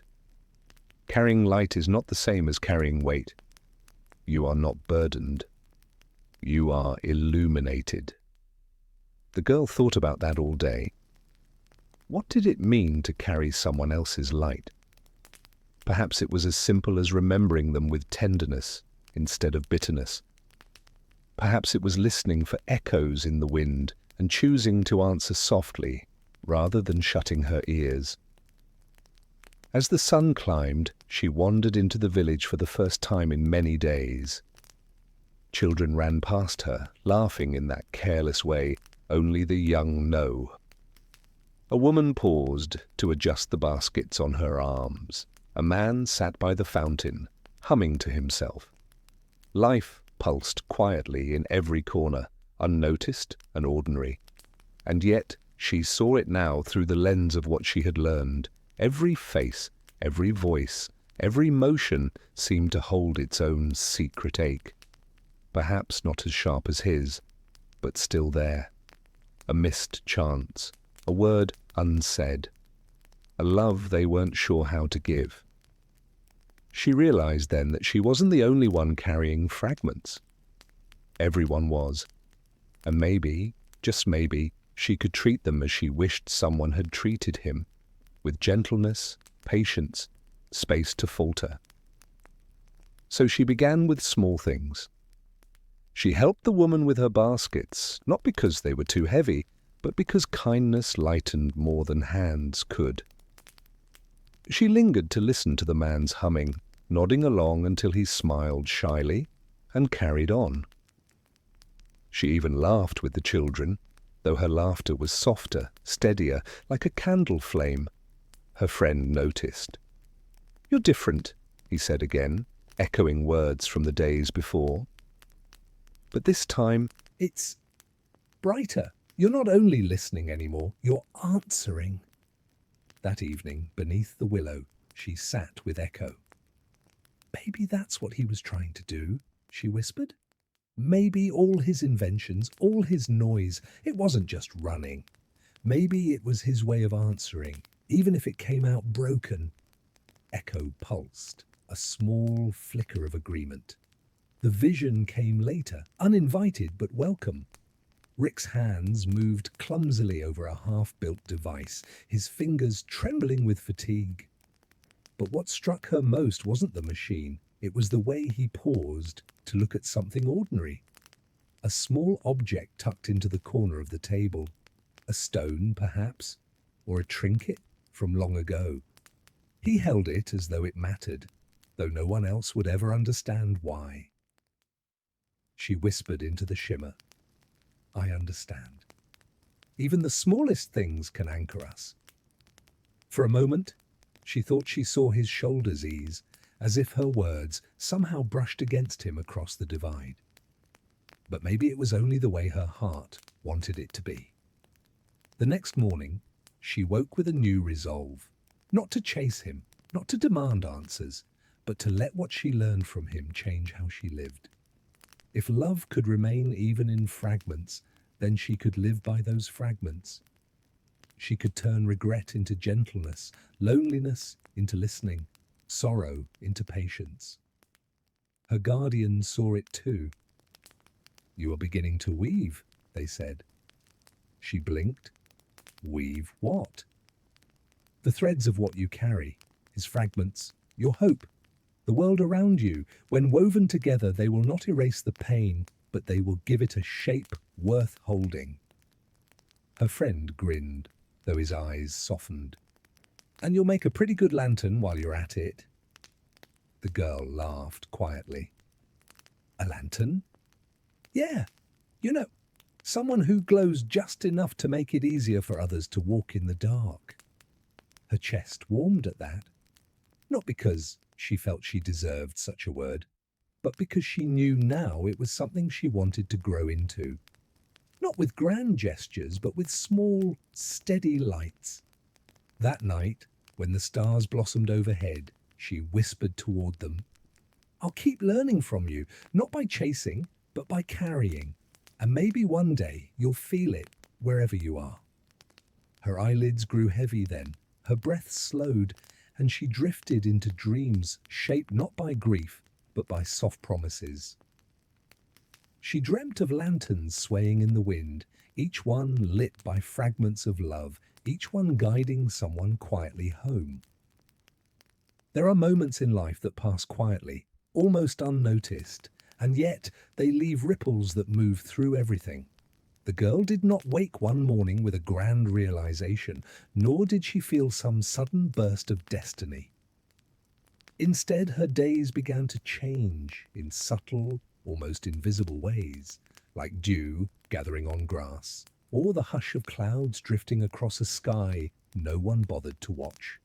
She still walked the garden paths each morning with Echo beside her, still lingered under the willow in the evenings, still dreamed in soft fragments of a man who had left more silence than answers. But now, in between, something else stirred, a gentleness that began to flow from her without effort, as if her body had remembered how to breathe differently. It started with a child in the village.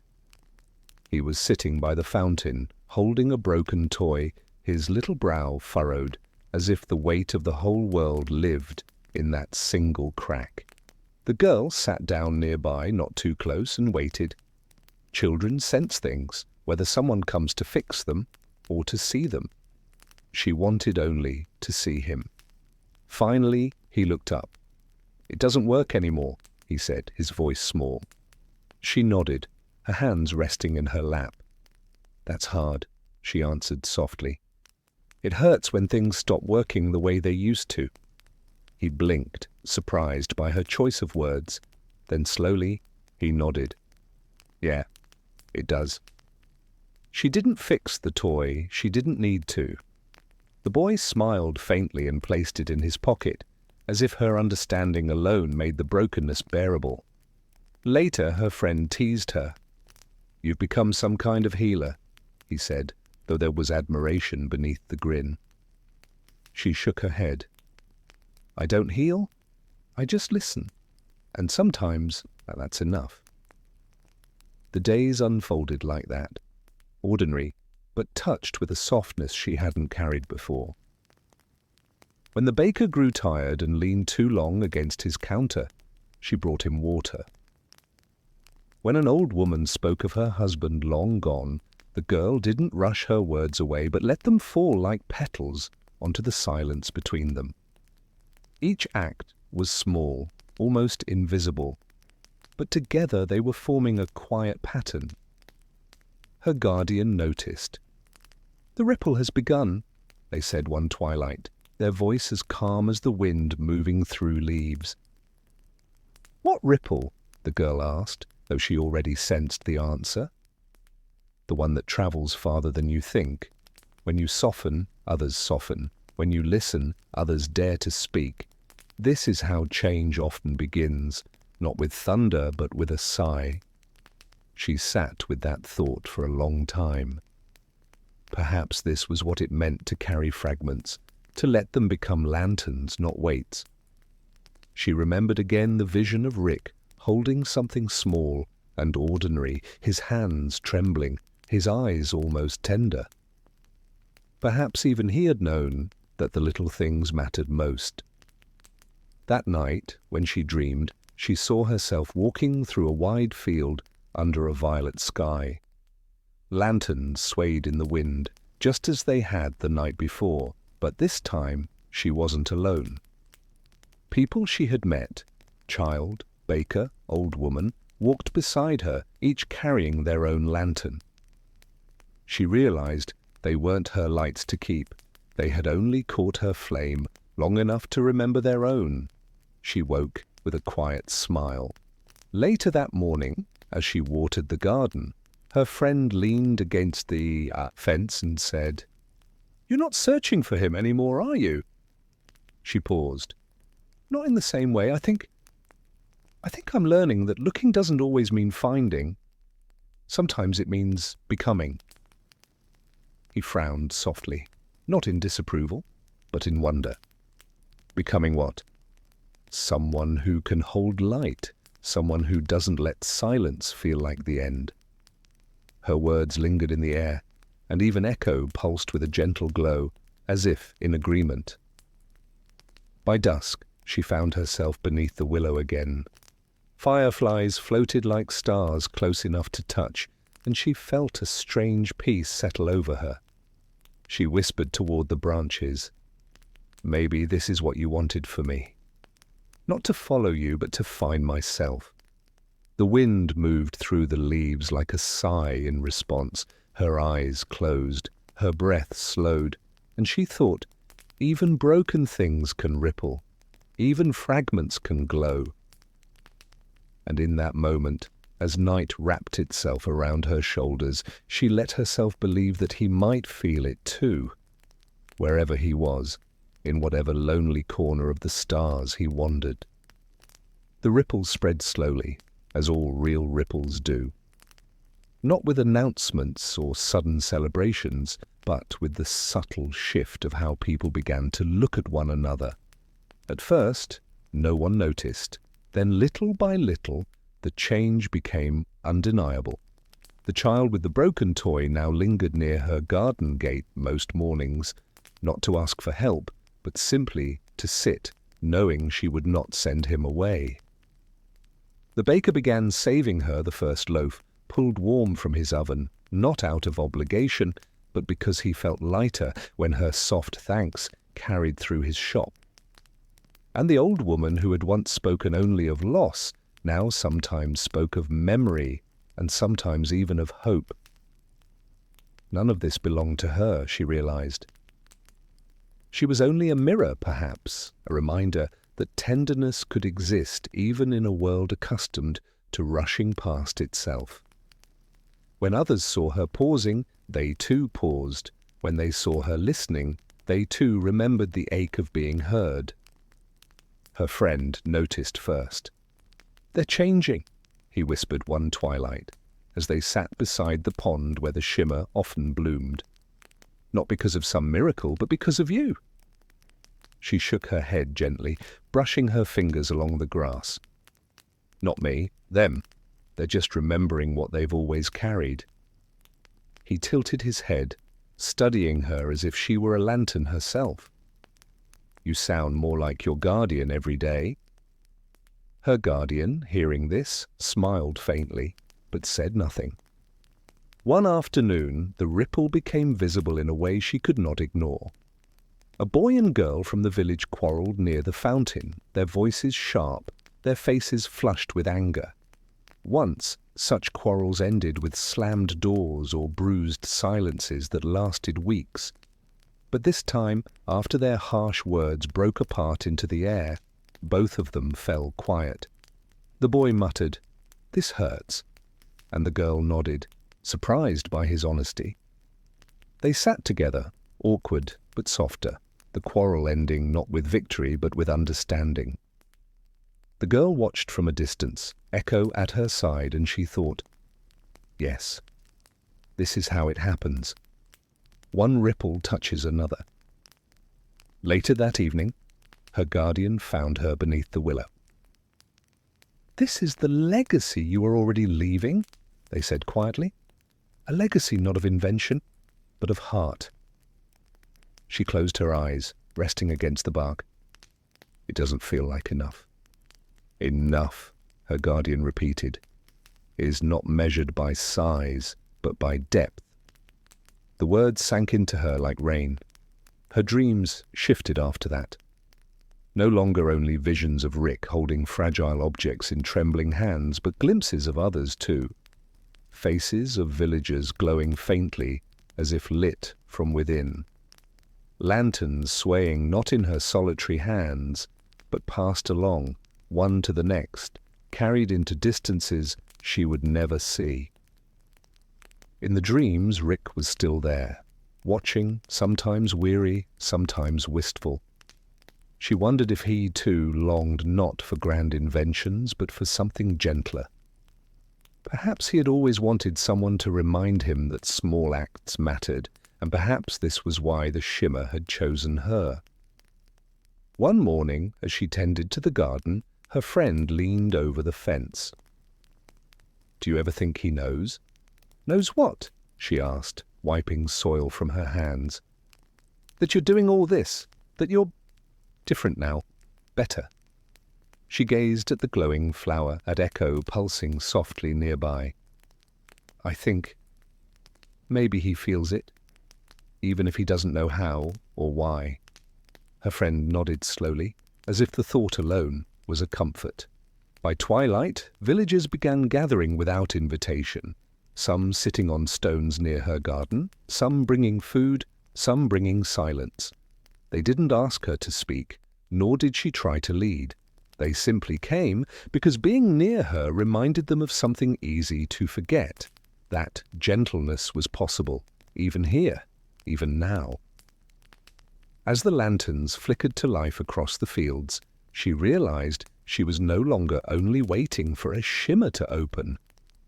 She was becoming one herself, a living bridge between sorrow and kindness, between silence and song. And in that awareness she whispered into the cool evening air, "If you're watching, if you're listening, I hope you know. I'm not alone anymore, and neither are you." The willow stirred as if it had heard her. Echo hummed softly against her arm, and somewhere in the deepening night she imagined a man lifting his head, feeling a warmth he couldn't quite name. The shimmer had always been a mystery to her. A curtain of light glimpsed at the pond, in dreams, in the pulse of Echo. It never behaved like anything she could predict, never opening when she expected, never staying long enough to understand. Yet on a quiet evening, after days of steady kindness, she sensed it differently. It didn't just appear, it seemed to notice her. She was sitting by the willow, her fingertips brushing the soil, when the air shifted. Not loudly, not suddenly, but with the gentleness of a sigh. Echo stirred at her side, glowing faintly, and the ripples across the pond lifted like threads of starlight. She didn't move at first. The shimmer opened slowly like a flower testing dawn, and then widened until she could see shapes beyond it. Shadows, then outlines. And then there he was. Rick, not the man of her childhood stories, not the harsh and careless voice others spoke of. This was different. He looked older, wearier, his face lined by both brilliance and regret. He wasn't working at a console or standing above a galaxy. He was sitting, slouched, alone in some dim corner of a world that did not care about him. A bottle rested at his side. His eyes were distant, but then, for a flicker of a moment, he raised his head, and it felt, though she could not be sure, that he looked at her. Her breath caught. She whispered, barely daring to believe it, "You see me!" He didn't answer. How could he? The shimmer was a veil, not a door. Yet in the way his eyes paused, in the faint narrowing as if trying to focus, she knew something had reached him. A ripple carried across time and silence, across whatever distances kept them apart. Tears warmed her eyes, not of grief but of a strange tenderness. Because in that moment she realized it wasn't about finding him or even being found. It was about the recognition that both of them, in their separate solitudes, were still tethered. Her guardian stepped close but did not interrupt. They, too, seemed to feel the weight of what was happening. Rick lifted his hand, slowly, unsteadily. He rubbed at his forehead, then let his fingers linger in the air, as though uncertain whether he was reaching for a bottle, or a memory, or perhaps something softer. Then he dropped it again, his face folding back into weariness. The shimmer flickered. She whispered, "It's okay." "You don't have to reach. I'll carry it for now." And though he could not have heard, the shimmer seemed to sigh in reply, and then it folded back into itself until only the quiet pond remained. She sat there long after it faded, echo pressed against her leg, pulsing with a steady, calming glow. For the first time she did not ache with longing. Instead, she felt a strange peace, because to be seen, even for a moment, was enough. It told her that her ripple had touched him, that some part of her gentleness had crossed through. That night her dreams were different again. No longer visions of fragments and trembling hands. She dreamed instead of sitting beside him, both of them silent, both of them tired, both of them watching lanterns drift across water. No grand words, no explanations. Just the quiet recognition that even broken people could share a stillness together. In the morning, she felt changed. She tended the garden with a lighter touch, and when the child brought her a new toy to show, she smiled with a deeper warmth. When the old woman spoke, she listened not only with patience, but with gratitude. And when her friend teased her gently, she laughed, something she had not done in many days. Later, her guardian spoke softly. "The shimmer looked back at you. That is not small." She nodded, her voice steady. "It doesn't change who he is, but it changes how I carry him." "And how will you carry him?" "As someone who once reached, even if he could not hold on. That's enough for me." The evening returned with lanterns, with the willow's branches bending low, with the hush of night falling like a soft blanket. She closed her eyes and whispered again into the quiet. "Wherever you are, I hope you felt it, even if just for a moment." And somewhere, in a place she could not go, a weary man lifted his head again, puzzled by the faint warmth stirring in his chest. The days grew longer, though she hardly noticed. Time had begun to move differently, not as hours stacked upon one another, but as moments stretching gently, like threads weaving into cloth. What surprised her most was not the shimmer now, it was the people around her. They were beginning to change, and she could feel it. It began with the child. The one who had once stood shyly at her gate now came running each morning with laughter spilling from his small frame. He didn't always need her to fix his toys anymore. Sometimes he simply wanted her to see what he had built, uneven though it was, fragile though it wobbled. And when he placed it in her hands, he would say, "It's not perfect, but I made it." She would nod, smiling softly, and reply, "That's enough." More than enough. The baker, too, had shifted. Where once he saved her the first loaf in silence, now he lingered to ask how her garden was growing. Sometimes he shared stories from his own childhood, of mornings spent kneading dough beside his mother, of the scent of flour clinging to his hair. His eyes softened when he spoke, as if her quiet listening allowed him to visit places he had long forgotten. Even the old woman who had carried grief like a heavy shawl began to walk with less weight upon her shoulders. She still spoke of loss, yes, but her voice no longer cracked beneath it. One evening, she brought a small jar of honey to the girl's gate, setting it down with a murmured, "This is for you." The sweetness within tasted of bees and sunlight, but more than that, it tasted of healing. The girl noticed all of it, and in noticing, she felt something stir inside herself. Not pride, not ownership, just wonder that the gentleness she once feared was too fragile to last was now returning to her in the faces of others. She had carried a ripple into the world, and now the world was carrying it back. Her guardians spoke of this one night, their voice low and calm beneath the stars. "You see now," they said, "the strength of softness. What you thought was weakness is the very thing that endures." She looked up, lantern light reflecting in her eyes. "It feels like they're teaching me now. I thought I was giving, but I'm receiving too." "That is how it must be," the guardian replied. "A gift is not complete until it moves in both directions." In her dreams that week, she no longer stood alone by the shimmer. She dreamed instead of standing among the villagers, their hands glowing faintly, as if each carried a lantern of their own. And across the shimmer she thought she saw Rick pause again. This time his eyes narrowed not with confusion but with something gentler, almost recognition. She woke with her heart calm, as though his silence no longer hurt. Her friend teased her in the morning.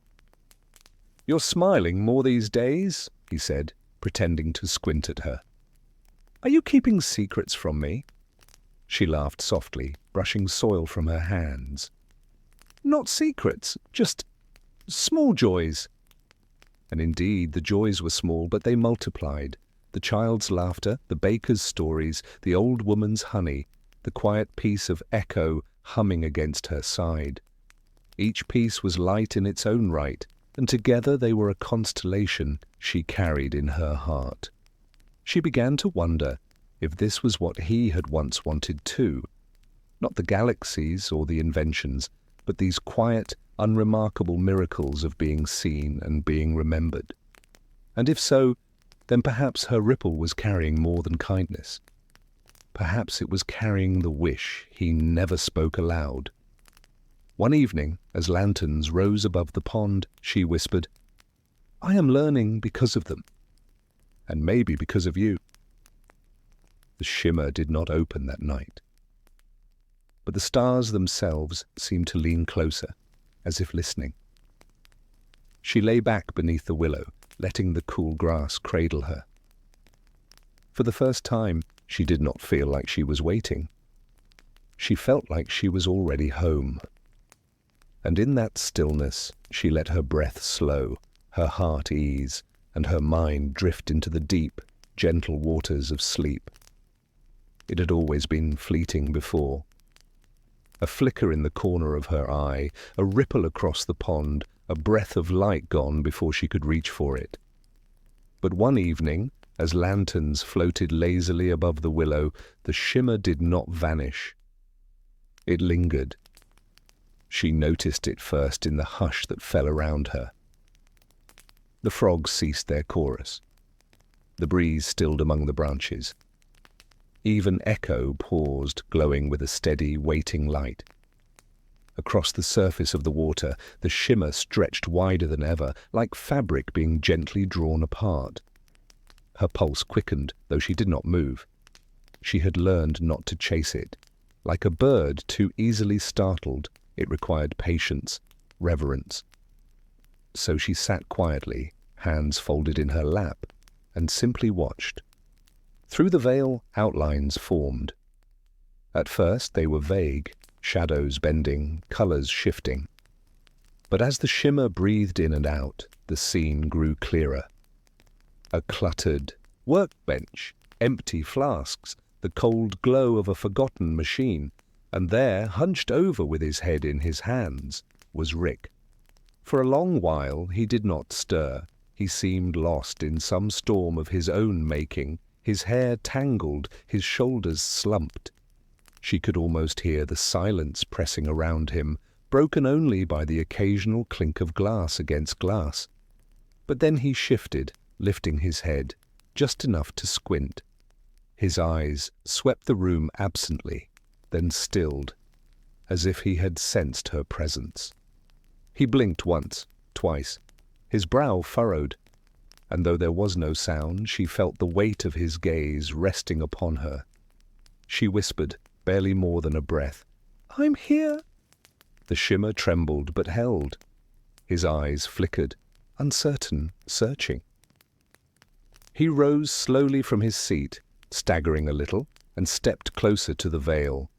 His hand lifted, hovering above it, as though trying to decide if it was real. Her own hand moved in answer, not touching, only hovering at the edge of light, a mirror of his gesture. The air grew thick with unspoken things. She wanted to tell him everything, that she forgave the absence, that she had carried the softness he once feared, that she had found a way to keep him with her without chains or demands. But words felt heavy, and the shimmer was delicate. So she let silence speak. For a moment, it was enough. Two figures, separated by worlds, standing in quiet recognition. The shimmer glowed warmer, almost golden, as if responding to their stillness. Then, as always, it faltered. The veil rippled, his outline blurred, his hand dropped. He shook his head, muttered something she could not hear, and turned back toward the dimness of his room. And with that, the shimmer began to close. Her chest ached, but not with loss. Instead, it was with a strange tenderness, like the ache of holding a melody that lingers after the song has ended. She whispered softly into the fading light, "It's okay. You don't have to stay long. Even this is enough." When it vanished, the world resumed its rhythm, the frogs calling, the breeze stirring, the lanterns drifting upward. Echo pressed against her, pulsing with reassurance. She leaned against the willow and exhaled. For the first time, she felt that the shimmer was not only showing her something, it was listening, testing, waiting perhaps. For a moment, neither of them yet understood. That night, her dreams did not ache. They carried her into softer places, fields of tall grass where laughter echoed, skies painted with drifting clouds, the gentle hum of echo weaving through it all. She dreamed not of reaching, but of sitting together in the same field, watching the lanterns rise. When she woke, dawn painted the pond in pale silver. The child was already at her gate, clutching a toy boat he had carved himself. The baker waved from his stall, holding up a loaf as if to say, "This one is yours." The old woman sat near her door, humming a song the girl had never heard before. She smiled. Her heart warmed by the return of small ripples. And when her guardian approached, they said simply, "The shimmer lingered, didn't it?" She nodded. "Just a little longer this time." That is how it begins. She didn't ask what that meant.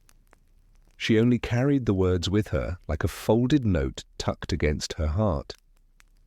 And as the day unfolded, she felt lighter. Not because she believed the shimmer would always return, but because she had learned that even fleeting connections could leave behind a glow that outlasted their fading. The shimmer did not return for several nights. She did not wait anxiously anymore, not the way she once had. Instead, she tended the garden, shared quiet bread with the baker, listened to the child's small stories, and let Echo hum beside her as dusk settled. Still, a small part of her wondered every evening whether the light across the pond would ripple again.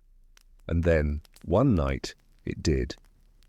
She saw it tremble open, wider than before, and she felt her breath catch, not because of the light, she was growing used to that, but because this time sound carried through.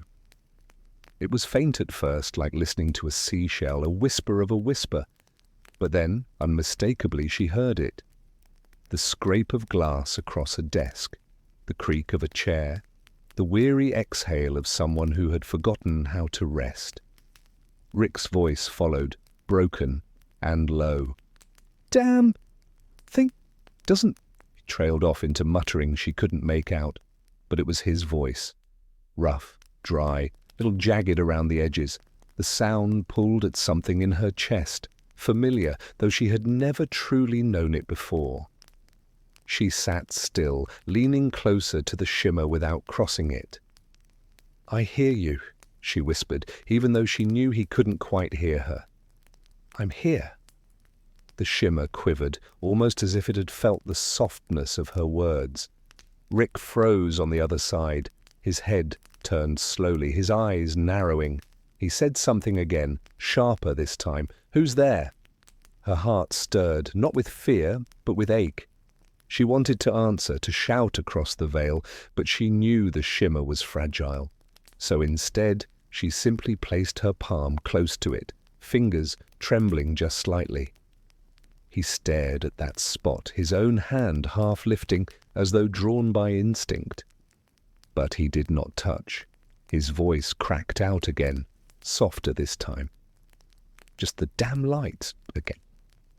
He shook his head, muttered, and slumped back into his chair. The shimmer held long enough for her to hear him hum under his breath. Not a tune, exactly, more like a sigh that had forgotten to end. And then it folded in on itself, dissolving back into night. She sat by the pond long after it faded. The frogs resumed their calls, the willow swayed gently, and lanterns drifted overhead. But she barely noticed. All she carried in her was the echo of his voice. Her guardian appeared from the shadows, their steps soft. "You heard him," they said. It wasn't a question, she nodded. It was small but real. That is how bridges are built, not all at once, not with noise, with whispers first, with echoes. She looked at Echo then, her loyal companion glowing faintly. The little creature purred, leaning against her side, as though reminding her that every sound, even the faintest, meant she was not alone. That night her dreams swirled differently. She did not see only images.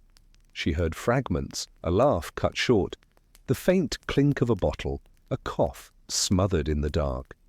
The sounds wove with her own, her laughter with the child, the baker's stories, the old woman's humming, until it became one long, endless lullaby. When dawn came, she woke with the melody still inside her. She found herself humming as she watered the garden, as she shared bread, as she walked through the village. People smiled, though they didn't know why, and she realized that the echo had not stayed behind the shimmer. It had carried into her, and through her, it was carrying into them. That evening, when the lanterns rose, she whispered softly to the pond, "I'll keep listening, even if it's only whispers, even if it's only fragments. It's enough." And somehow she believed he heard her. The nights had become gentler. She no longer sat at the pond in quiet desperation, waiting for the shimmer like a child waits for a door to open. Instead, she moved through her days with softness, knowing that if the veil chose to appear, it would. If not, she would still have the bread, the willow, the voices of neighbors, and Echo's constant glow. She had learned patience, and patience had become a kind of comfort. But when the shimmer came again, it carried something she had never expected. At first, as always, there were fragments, the scrape of glass, the weary exhale, the clink of tools scattered on a table. His voice followed, rough and uncertain, muttering words that faded in and out. She leaned closer, listening without strain, letting the sounds wash through her like waves against the shore. Then, in the middle of all that weariness, it happened. A laugh. It was short, startled, and almost bitter, but unmistakable. A laugh that sounded as though it had been dragged from him against his will, rough with rust, yet alive. It was not joy exactly, but something older, something buried deep that had not been touched in years. The sound startled her. She pressed her hands to her chest, closing her eyes as warmth spread through her ribs. Echo hummed with bright surprise, circling near her feet, as though it too could feel the rare music in that sound. The shimmer held steady. She opened her eyes, and on the other side she saw him leaning back in his chair, one hand over his face. His shoulders shook once, then stilled. He muttered something she couldn't catch, but she could imagine. Disbelief that laughter had found him at all. Her lips curved into a smile. She whispered into the veil. "There you are." Of course, he couldn't hear her clearly. Or perhaps he could. He turned his head, squinting toward the glow, as if some part of him sensed a presence. His mouth twitched, almost a smile, then fell back into the guarded line she had seen so many times. But the echo remained. That night, as she drifted into sleep beneath the willow, the laugh replayed in her mind. It threaded itself into her dreams, blending with the baker's warm chuckle, with the child's bright giggles, with the soft laughter of the old woman as she hummed by her door. The dream was not about Rick alone. It was about how laughter moved like light, slipping between worlds, finding its way even through the cracks of silence. She woke at dawn with a softness in her throat, as though her own laughter had been waiting too. When the child came running with a new toy boat, she laughed with him. When the baker dropped a loaf by accident and caught it just before it hit the ground, she laughed with him too. Even the old woman, who rarely smiled, let out a breath of amusement when she saw the glow in the girl's eyes. Her guardian visited that evening, leaning against the willow. "He laughed," they said quietly. Again, not a question. She nodded, her smile tender. Just once. But it was real. That is no small thing. For some souls, one laugh carries more weight than 100 words. She thought of this as the lanterns drifted into the sky, soft as stars. She hummed to herself, a tune without shape, letting the air fill with something gentle. She did not know if Rick could hear her across the veil. But she hoped that when the shimmer returned, he might feel some of that softness reach him, the way his laughter had reached her. That night, as the shimmer flickered faintly on the pond's edge, she whispered, "Even the smallest sound is enough. I'll carry it until you're ready." And somewhere, she believed, he carried it too. The shimmer no longer startled her when it came. It had become part of the rhythm of her days, as natural as the moon rising or the pond breathing in stillness. She did not wait for it in restless longing, nor did she try to summon it. She simply lived, and when the veil trembled open, she welcomed it like an old friend returning without ceremony. This night it appeared quietly, no flash, no crackle, just a widening glow across the water, a soft bend in the air. She sat beneath the willow, Echo pressed against her ankle, and watched the light spread until it held steady. She leaned closer, not with hunger but with calm expectation, like someone leaning into a familiar song. On the other side, he was there. Rick. His shoulders slumped, his eyes shadowed, a glass balanced in one hand. He muttered something faint and low, though she couldn't catch the words. But tonight, she didn't strain to listen. She simply watched. He looked tired, but not the same kind of tired she had first seen. There was less fight in his posture now, less resistance in the way he slouched. It was a different kind of exhaustion, the kind that comes when someone has finally stopped running, even if just for a while. She placed her hands in her lap and closed her eyes. She didn't speak, didn't whisper. She only breathed. She let the quiet settle like a blanket, letting it drape across the shimmer, across herself, across him. And strangely, he didn't move to fill the silence either. His head tilted as though he sensed something. His glass remained untouched in his hand. He glanced toward the glow and then simply sat, shoulders still, gaze unfocused.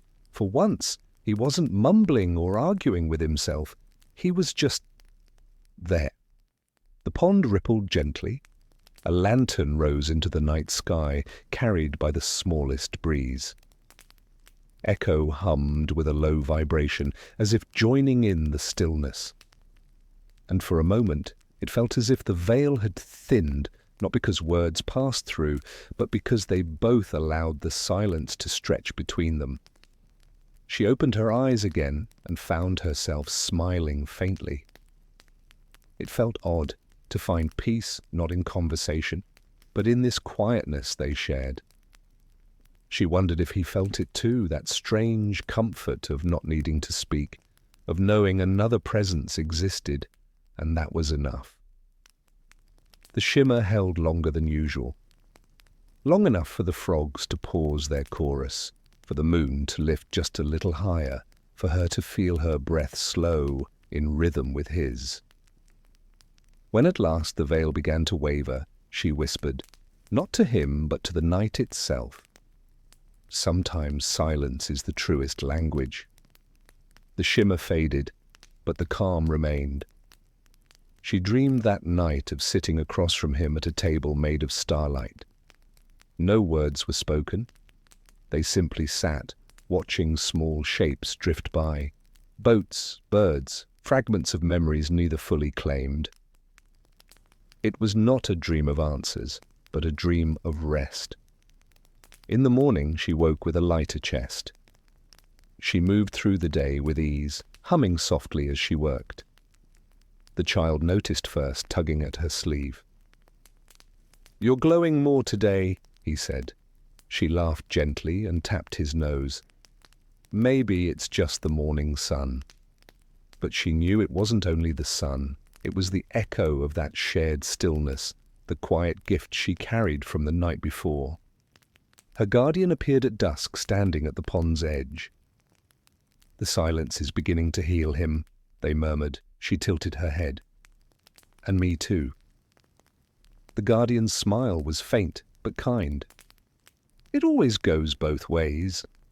That evening, as lanterns rose once more, she sat by the pond and closed her eyes. Whether the shimmer came or not didn't matter. She had learned that sometimes the most important thing wasn't what passed between them, it was what grew quietly in the spaces between. The days drifted by like petals on a stream. She no longer counted them, nor did she measure the nights by whether the shimmer came or not.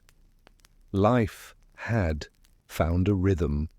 Quiet mornings with the baker's bread, afternoons spent helping the child carve small wooden toys, evenings beneath the willow where lanterns lifted into the sky. The world felt steady, and within that steadiness the veil opened when it wished. One evening, as the pond lay smooth as glass, the shimmer appeared again. It did not blaze, it simply unfolded, a faint glow bending the air. She sat with her knees drawn close, Echo resting in her lap, and waited. Rick was there, his head bent low, hands fiddling with scraps of metal on a table. His muttering was softer tonight, less sharp, almost absent-minded. He looked older in that moment, not because of time, but because of the weight he carried. Yet she noticed something different too. His glass was half full, but untouched. He wasn't reaching for it. He was only holding the pieces of metal as though trying to make sense of them. She watched him for a long while. Then, without really planning it, she raised her hand. Slowly, gently, she laid her palm against the shimmer. It glowed faintly where her skin met the veil, ripples of light spreading outward like rings in water. For a moment nothing happened. He didn't look up. He muttered something and shuffled the pieces of metal again. She almost pulled her hand away, telling herself that it was enough to try, that she couldn't expect him to notice. But then his head lifted. His eyes narrowed toward the glow. His hand, the one not holding the scraps, hesitated in the air. She held her breath. He didn't move quickly. He didn't cross the distance like a man eager for connection. But slowly, awkwardly, almost as if uncertain whether the act was foolish, he raised his hand. His palm hovered in the air, trembling before settling against the other side of the shimmer. For the first time, her hand and his met, not truly, not in touch, but in alignment, palm to palm with only the veil between. Her throat tightened. She didn't speak. She didn't need to. The silence stretched, but it was not empty. It was full, brimming with something fragile and enormous. His hand was calloused, rough, even through the glow. She wondered how long it had been since he had touched another hand without pulling away. She wondered if he wondered the same. Echo hummed softly, glowing brighter as if honoring the moment. The pond mirrored the light, scattering ripples of silver across the water. Somewhere a frog croaked, then stilled, as though even the night held its breath. At last his shoulders slumped. He pulled his hand back, scrubbing at his face with a low mutter. She let her own hand fall into her lap, smiling gently. The shimmer flickered, but it did not vanish immediately. It lingered, softer, almost tender, as though reluctant to break. When it did fade, she sat for a long time, listening to her own heartbeat. It was steady, full, carrying something new. Not hope exactly, something quieter. Trust, perhaps. She dreamed that night of walking through a forest where the trees were made of glass. Each time she reached out, her reflection touched hers back. And though no word was spoken, she knew that somewhere beyond the veil of glass, someone else was walking too. In the morning, the child ran to her with another carved toy, this one a bird. "It looks like it's flying," he said proudly. She laughed softly and held it up to the sky. "Yes, flying towards someone it loves." Her guardian appeared at dusk, their gaze calm. He touched the veil, they said quietly. She nodded, her eyes warm. "Yes, only once, but it was enough." "Small gestures," the guardian murmured, "can be heavier than mountains." That evening, as lanterns rose, she whispered to the night, "Even through silence, even through distance, one gesture can change everything." And in some distant place, Rick sat with his hand against the table, staring at it, as though it still carried the faint warmth of hers. The shimmer had begun to feel less like a surprise and more like a tide. Sometimes it came, sometimes it didn't. But when it did, it carried with it a quiet rhythm, a reminder that distance could bend without breaking. She didn't wait for it restlessly anymore. Instead, she carried on with her days, humming to the child, listening to Echo's soft hums, watching lanterns rise each dusk. And when the light appeared, she welcomed it like a familiar door creaking open. One evening, after a long walk along the meadow, she found the veil waiting by the pond. It glowed steady, not faint, not loud, just there, patient, as if it had been waiting for her return. She settled beneath the willow, Echo curling beside her, and looked through. Rick was there again.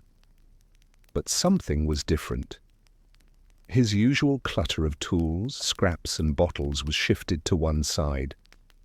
In the clear space on the table before him, he had placed a small object. It wasn't neat, it wasn't polished. It looked like a clumsy contraption made from bolts, wire, and bits of broken glass. But it was balanced carefully in the center, as though he'd been waiting to show it.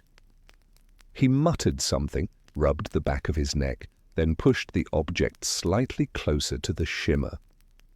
His gaze flicked upward, not directly at her, but toward the glowing bend in the air, and he shrugged in that restless, uncertain way of his. She leaned closer. It took her a moment to realize what it was meant to be. A bird. Its crooked wings were uneven, its beak little more than a twisted nail, but it was a bird nonetheless. A bird caught mid-flight. Her chest warmed. She lifted the small wooden bird the child had carved for her the morning before. Holding it gently in her palm, she raised it toward the shimmer.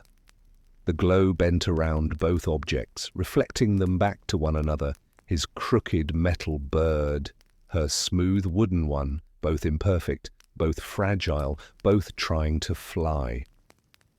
For a long moment neither of them moved.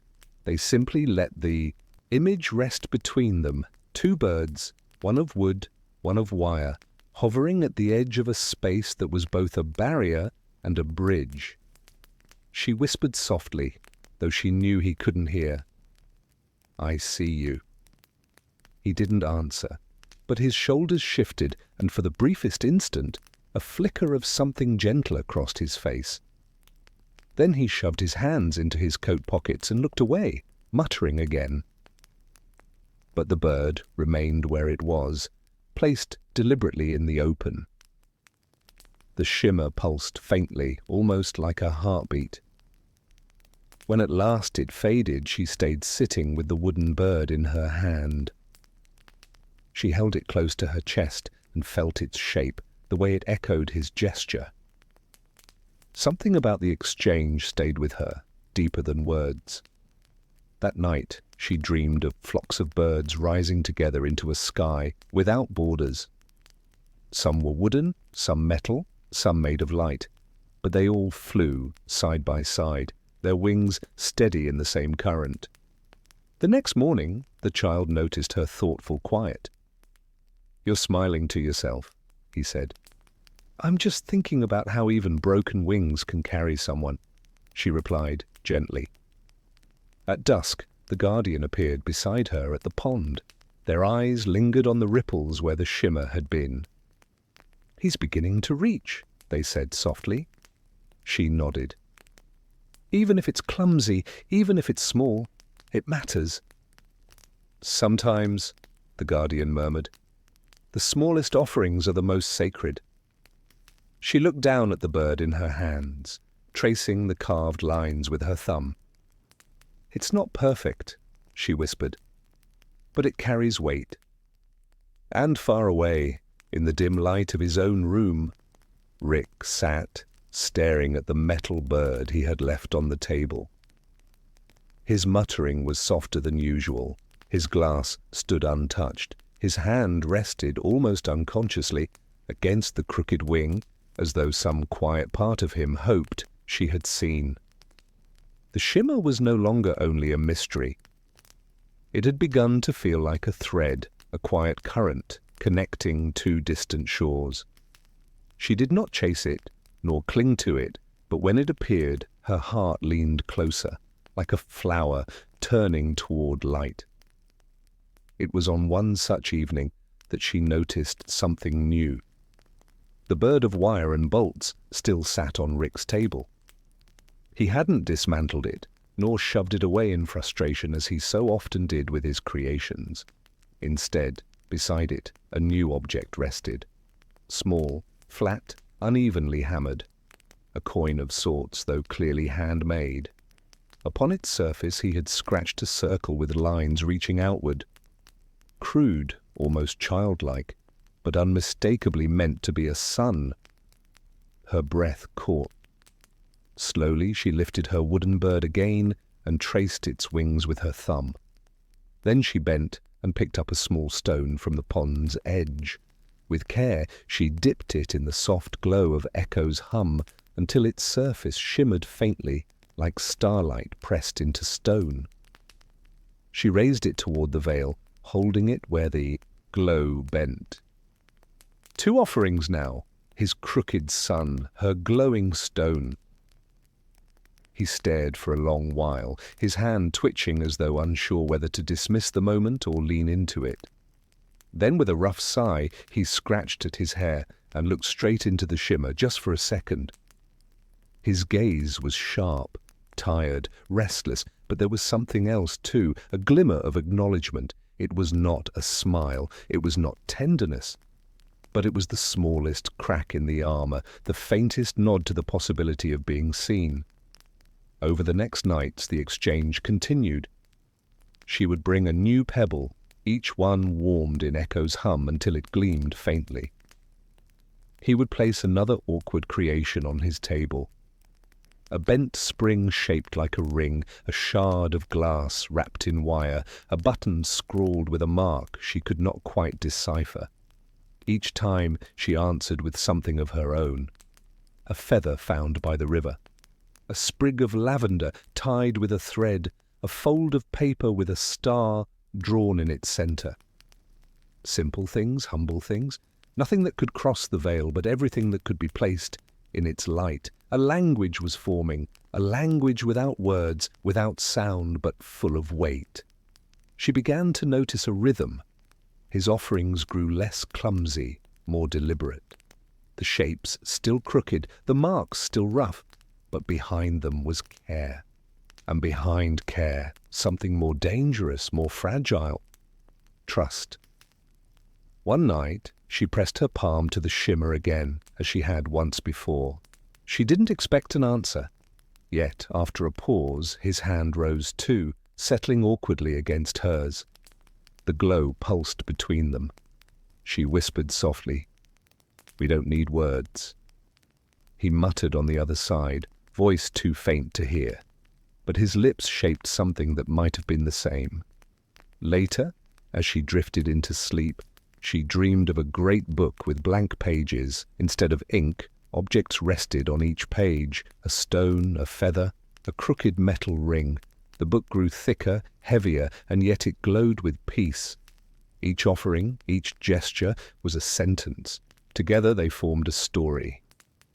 The next morning, the child noticed the lavender missing from the table and laughed. "You're sending gifts to someone, aren't you?" She smiled gently. "Yes." "Though not in the way you'd think." "Do they send gifts back?" he asked curiously. She nodded. "They do, clumsy ones, strange ones, but each one feels important." The guardian, appearing at dusk, studied the pond with their calm eyes. "You were teaching him another tongue?" they murmured. "No," she whispered, watching the shimmer pulse. "We are teaching it together." And far away, Rick sat hunched over his desk, tools scattered. In his hand, he turned the bent wire ring again and again, muttering about how stupid it was, how pointless. Yet he did not throw it away.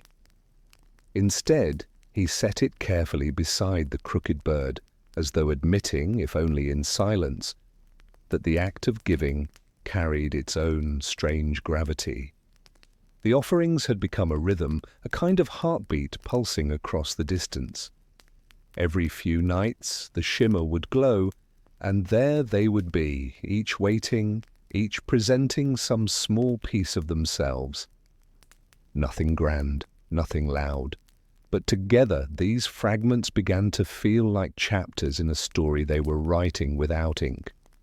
One evening she found Rick already there, his crooked bird still perched at the table's edge, the bent ring glinting beside it, the scratched coin waiting.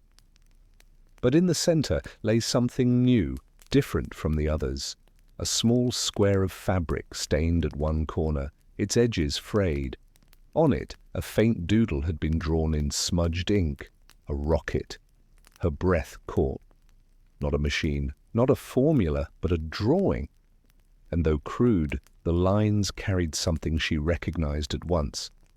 A memory. She lifted her wooden bird and, after a moment's thought, placed it down at her side. Instead, she reached into her satchel and drew out a folded scrap she had carried since her childhood. It was the corner of an old letter, nothing written upon it, but a small sun her younger self had once drawn while waiting for her mother to return from the fields. The paper was fragile, browned with age, but the drawing remained clear. She raised it toward the shimmer, his rocket, her sun. Two fragments of childhood, placed together in the glow. For a long moment Rick stared, his mouth twitched, his brow furrowed, and then he looked away quickly, as if embarrassed by his own choice. But he didn't take it back. He left it there, in the open. She whispered into the quiet, "We were children once, too." The shimmer pulsed faintly, as though in answer. That night, her dreams carried her into a strange, gentle world. She stood on a hill with Rick, not divided by glass or distance, but side by side. He held the crooked bird, and she held the paper sun, and above them the sky was filled with stars, shaped like memories, each glowing faintly, each belonging to someone they had been. She did not speak in the dream, nor did he, yet somehow she felt the meaning. They were not only who they had become, but also who they had once been. The following morning, the child noticed the missing scrap of paper. "That was yours," he said softly. "Are you sure you wanted to give it away?" She smiled, brushing his hair from his eyes. Some things only gain meaning when shared. He thought about this, nodding slowly, though his brow was furrowed in the way children often do when trying to hold on to words too large for them. At dusk, when the guardian appeared, their gaze lingered on her empty satchel. "He showed you his past," they said. "A glimpse," she whispered. "And I showed him mine." "Be careful," the guardian said gently. "Memories are heavier than stones. They bind, even when you don't mean them to."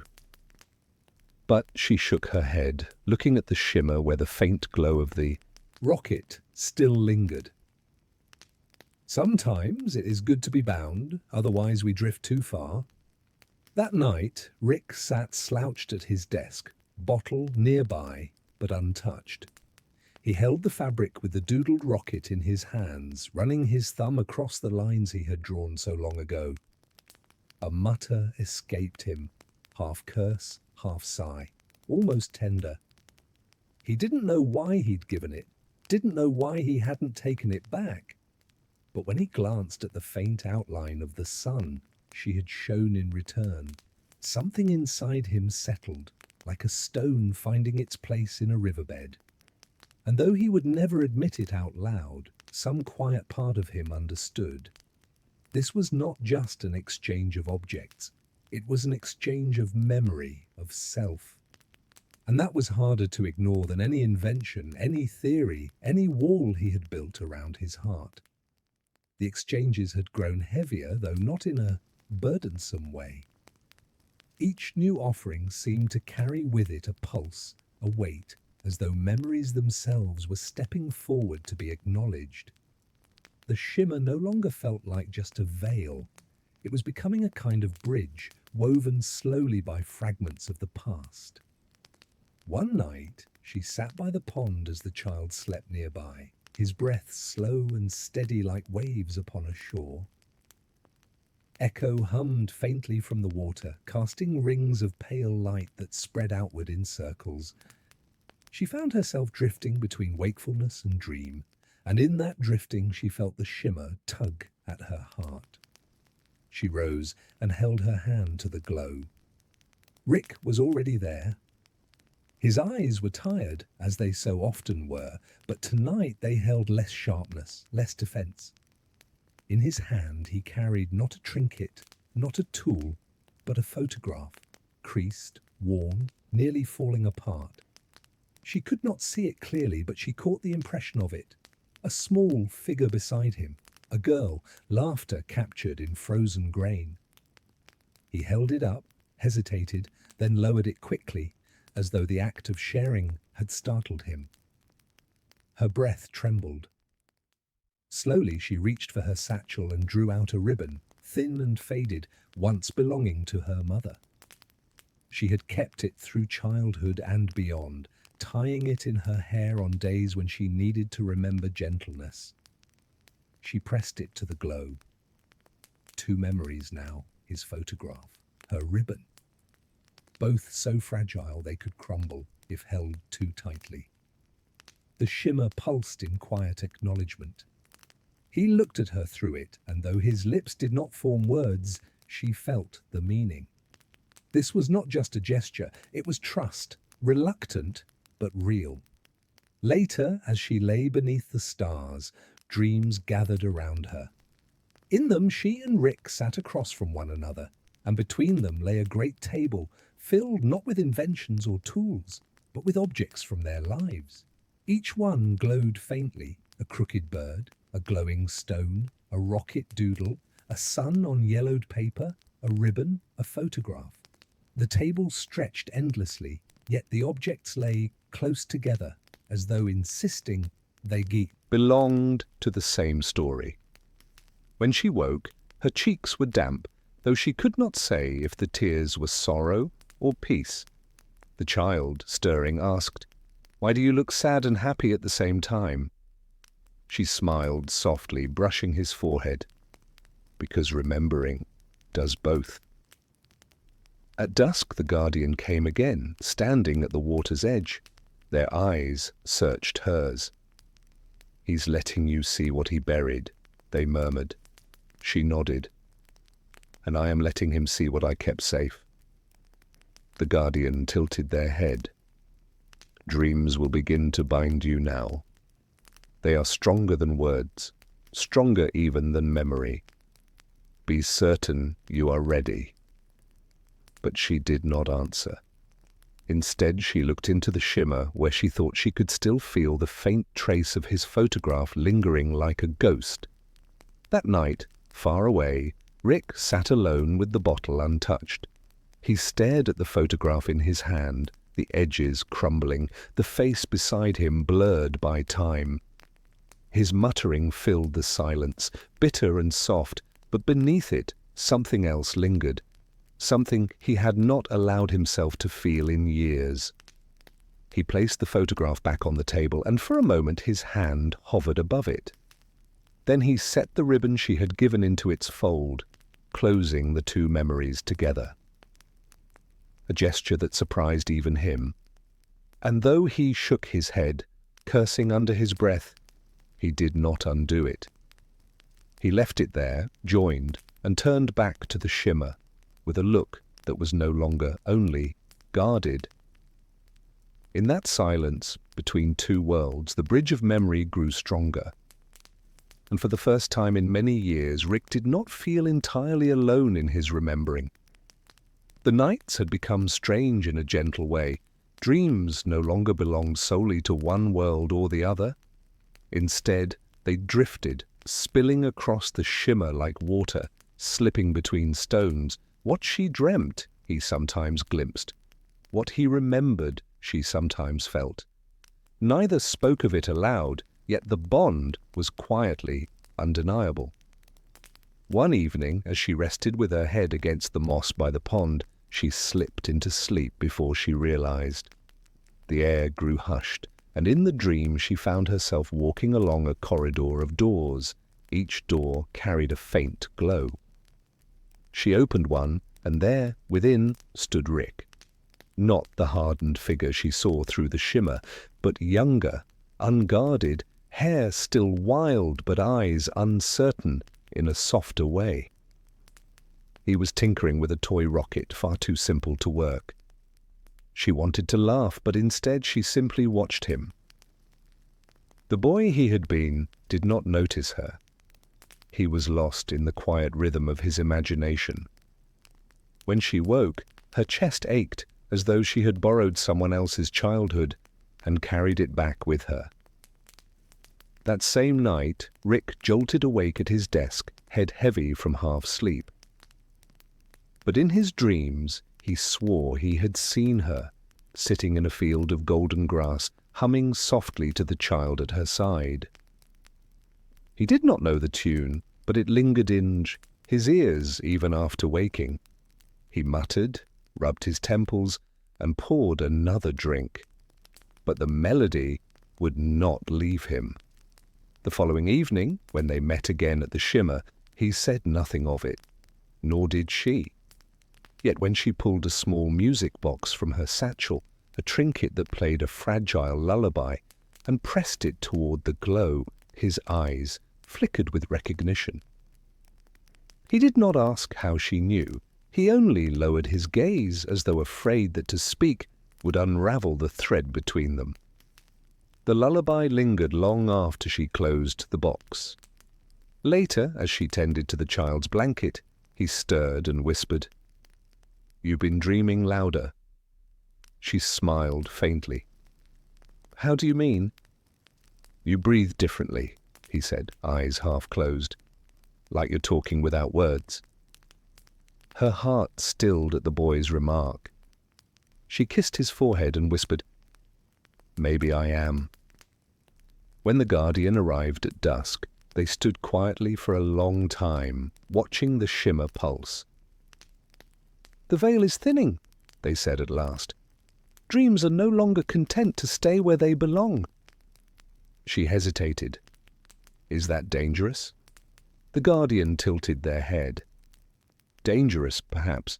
Beautiful, certainly. But beauty can carry its own kind of peril." That night, Rick sat back in his chair, the music box's echo still alive in his mind. For once he did not curse or shake his head. Instead, he leaned back, shut his eyes, and let the melody play within him. The sound softened the edges of the room, and in that softness he felt the faintest hint of peace. Peace he had forgotten was possible. Across the Shimmer, she dreamed again. This time, the table of memories grew larger, and as she walked its length, she saw new objects appearing, a ribbon tied beside a photograph, a sun drawn next to a rocket. The objects were no longer separate. They were arranging themselves, weaving into one another, as though telling a story of their own. She reached for one, Rick's crooked bird, and found that in the dream it stretched its wings, alive and fluttering. It took to the sky, carrying both her son and his rocket upon its back, vanishing into a horizon made of stars. When she woke, her heart was steady, quiet, filled with an ache that was both longing and gratitude. She whispered into the night, not sure if he could hear her, "We are dreaming the same sky now." And though Rick did not reply, far away he sat with the lullaby still in his ears, and for the first time in many years he did not feel like his dreams were only his own. The Shimmer pulsed more steadily now, not just at night, but in quiet moments of the day. She could feel it, a subtle rhythm beneath her breath, like the faint tug of a tide.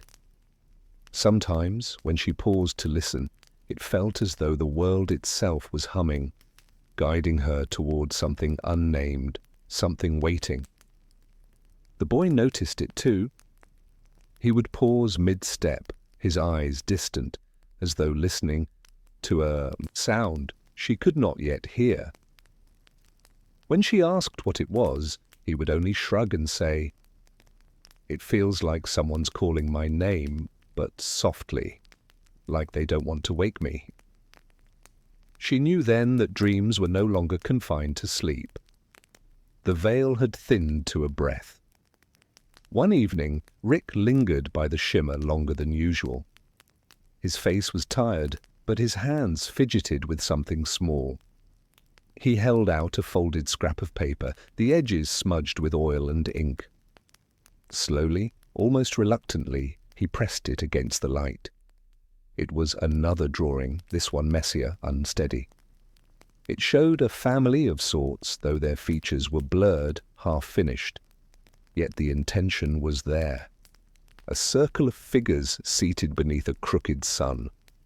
He had drawn himself smaller, almost hidden at the corner, as though afraid to claim his place among them. Her throat tightened.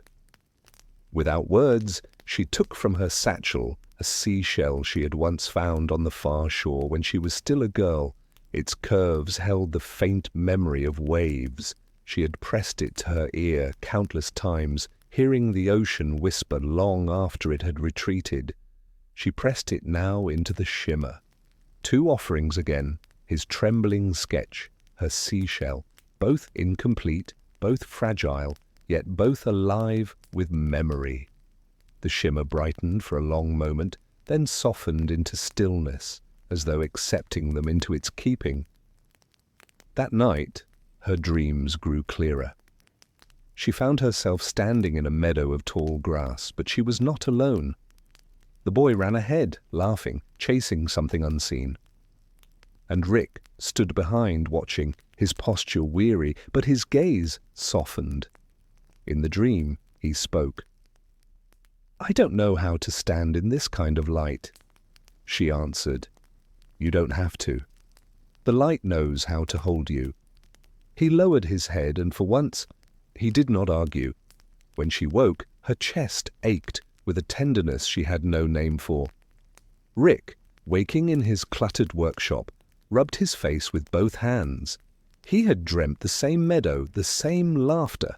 For once, he had not woken with curses on his lips. Instead, there had been silence, and within it, the faintest trace of comfort. The Guardian appeared again at dusk. "The universe is speaking to you both now," they said softly. It does not raise its voice, it does not force, it only whispers, nudging you toward remembrance. You can choose to listen, or you can turn away, but know this, when the universe whispers, it rarely repeats itself. She listened, heart steady. She felt the truth in those words, like an echo beneath her ribs. That night, as the boy drifted into slumber, she sang the lullaby from the music box, her voice trembling but gentle. Across the shimmer, Rick paused his restless movements, listening. He said nothing. But when she glanced toward the glow, she saw his shoulders had stilled, his hands quiet. He was simply listening. And in that small act, his silence, her song, the universe whispered again, gently, quietly, like a secret meant only for them.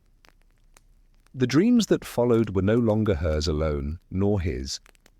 They belonged to the space between, a place where memory, longing, and the slow work of healing braided together. She knew then, with a certainty that did not frighten her, the story was no longer just hers, nor just his. The story was becoming theirs. The shimmer no longer felt like a wall. It felt like a curtain, thin and trembling, as though at any moment it might part. She could sense it whenever the boy fell asleep against her shoulder. His breathing deepened, and the air seemed to ripple like water disturbed by a hidden current.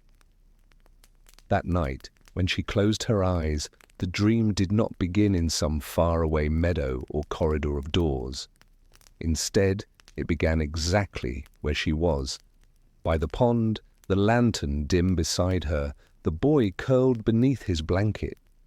Yet when she looked across the shimmer, there was no glow, no barrier. Only another pond, another lantern, and Rick himself sitting on the other side.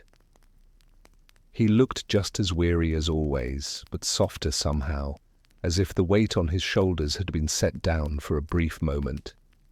He rubbed his eyes and muttered, "This doesn't feel like a dream." She smiled faintly. "Maybe it isn't." They sat in silence, listening to the faint ripple of water. The boy stirred in his sleep and whispered something half-formed, a word that sounded like both a name and a song. Rick's gaze flickered toward him, then quickly away, as though afraid to let the moment pierce him too deeply. The Guardian's voice drifted faintly, though they were nowhere to be seen. When two souls meet in the in-between, the world reshapes itself to hold them. Be gentle with it. It is fragile. So they were gentle. Rick did not fill the air with arguments. She did not press him with questions. Instead, they simply sat together, the shimmer gone, the night around them quiet as a held breath. After a long while, Rick pulled from his pocket the broken end of a pen, tapping it nervously against his knee. "I don't know how to be here," he admitted, his voice quieter than she'd ever heard. "You already are," she replied. His eyes flicked to hers, uncertain, but he did not deny it. The boy murmured again in his sleep, and Rick's face softened despite himself. He leaned forward slightly as though the distance might close on its own. "He doesn't look like me," he said finally. "No," she whispered. "But he carries pieces of you all the same." Rick turned away, jaw tight, but the silence that followed was not a wall. It was a doorway left open, waiting. The night deepened. Stars bloomed above them, brighter than any she had seen before. They shimmered as though the sky itself wanted to be part of the dream. Rick tilted his head back, exhaling. "I haven't seen stars like this since I was a kid." "They're always here," she said softly. "Sometimes we just forget to look." Gitu chuckled, not bitterly this time, but with something quieter, almost tender. "That sounds like something my mother used to say." The words hung between them, fragile as glass, and for the first time she realized he was not untouchable. He was not unbroken stone, he was someone's child too. When she finally stirred awake, the shimmer had returned, faint but steady. The boy still slept, his breath warm against her arm. Across the light, Rick was slumped against his desk, eyes closed, the broken pen still in his hand. She did not feel sorrow this time. She felt something else, an understanding that the dreams were building not just bridges but rooms, places they could share without fear. Places where the silence was not emptiness, but shelter. And as she closed her eyes once more, she whispered into the night, knowing the universe would carry her words where they needed to go. "We'll meet there again." The shimmer no longer glowed with urgency. It pulsed with a slow, steady rhythm, like the breath of something vast and patient.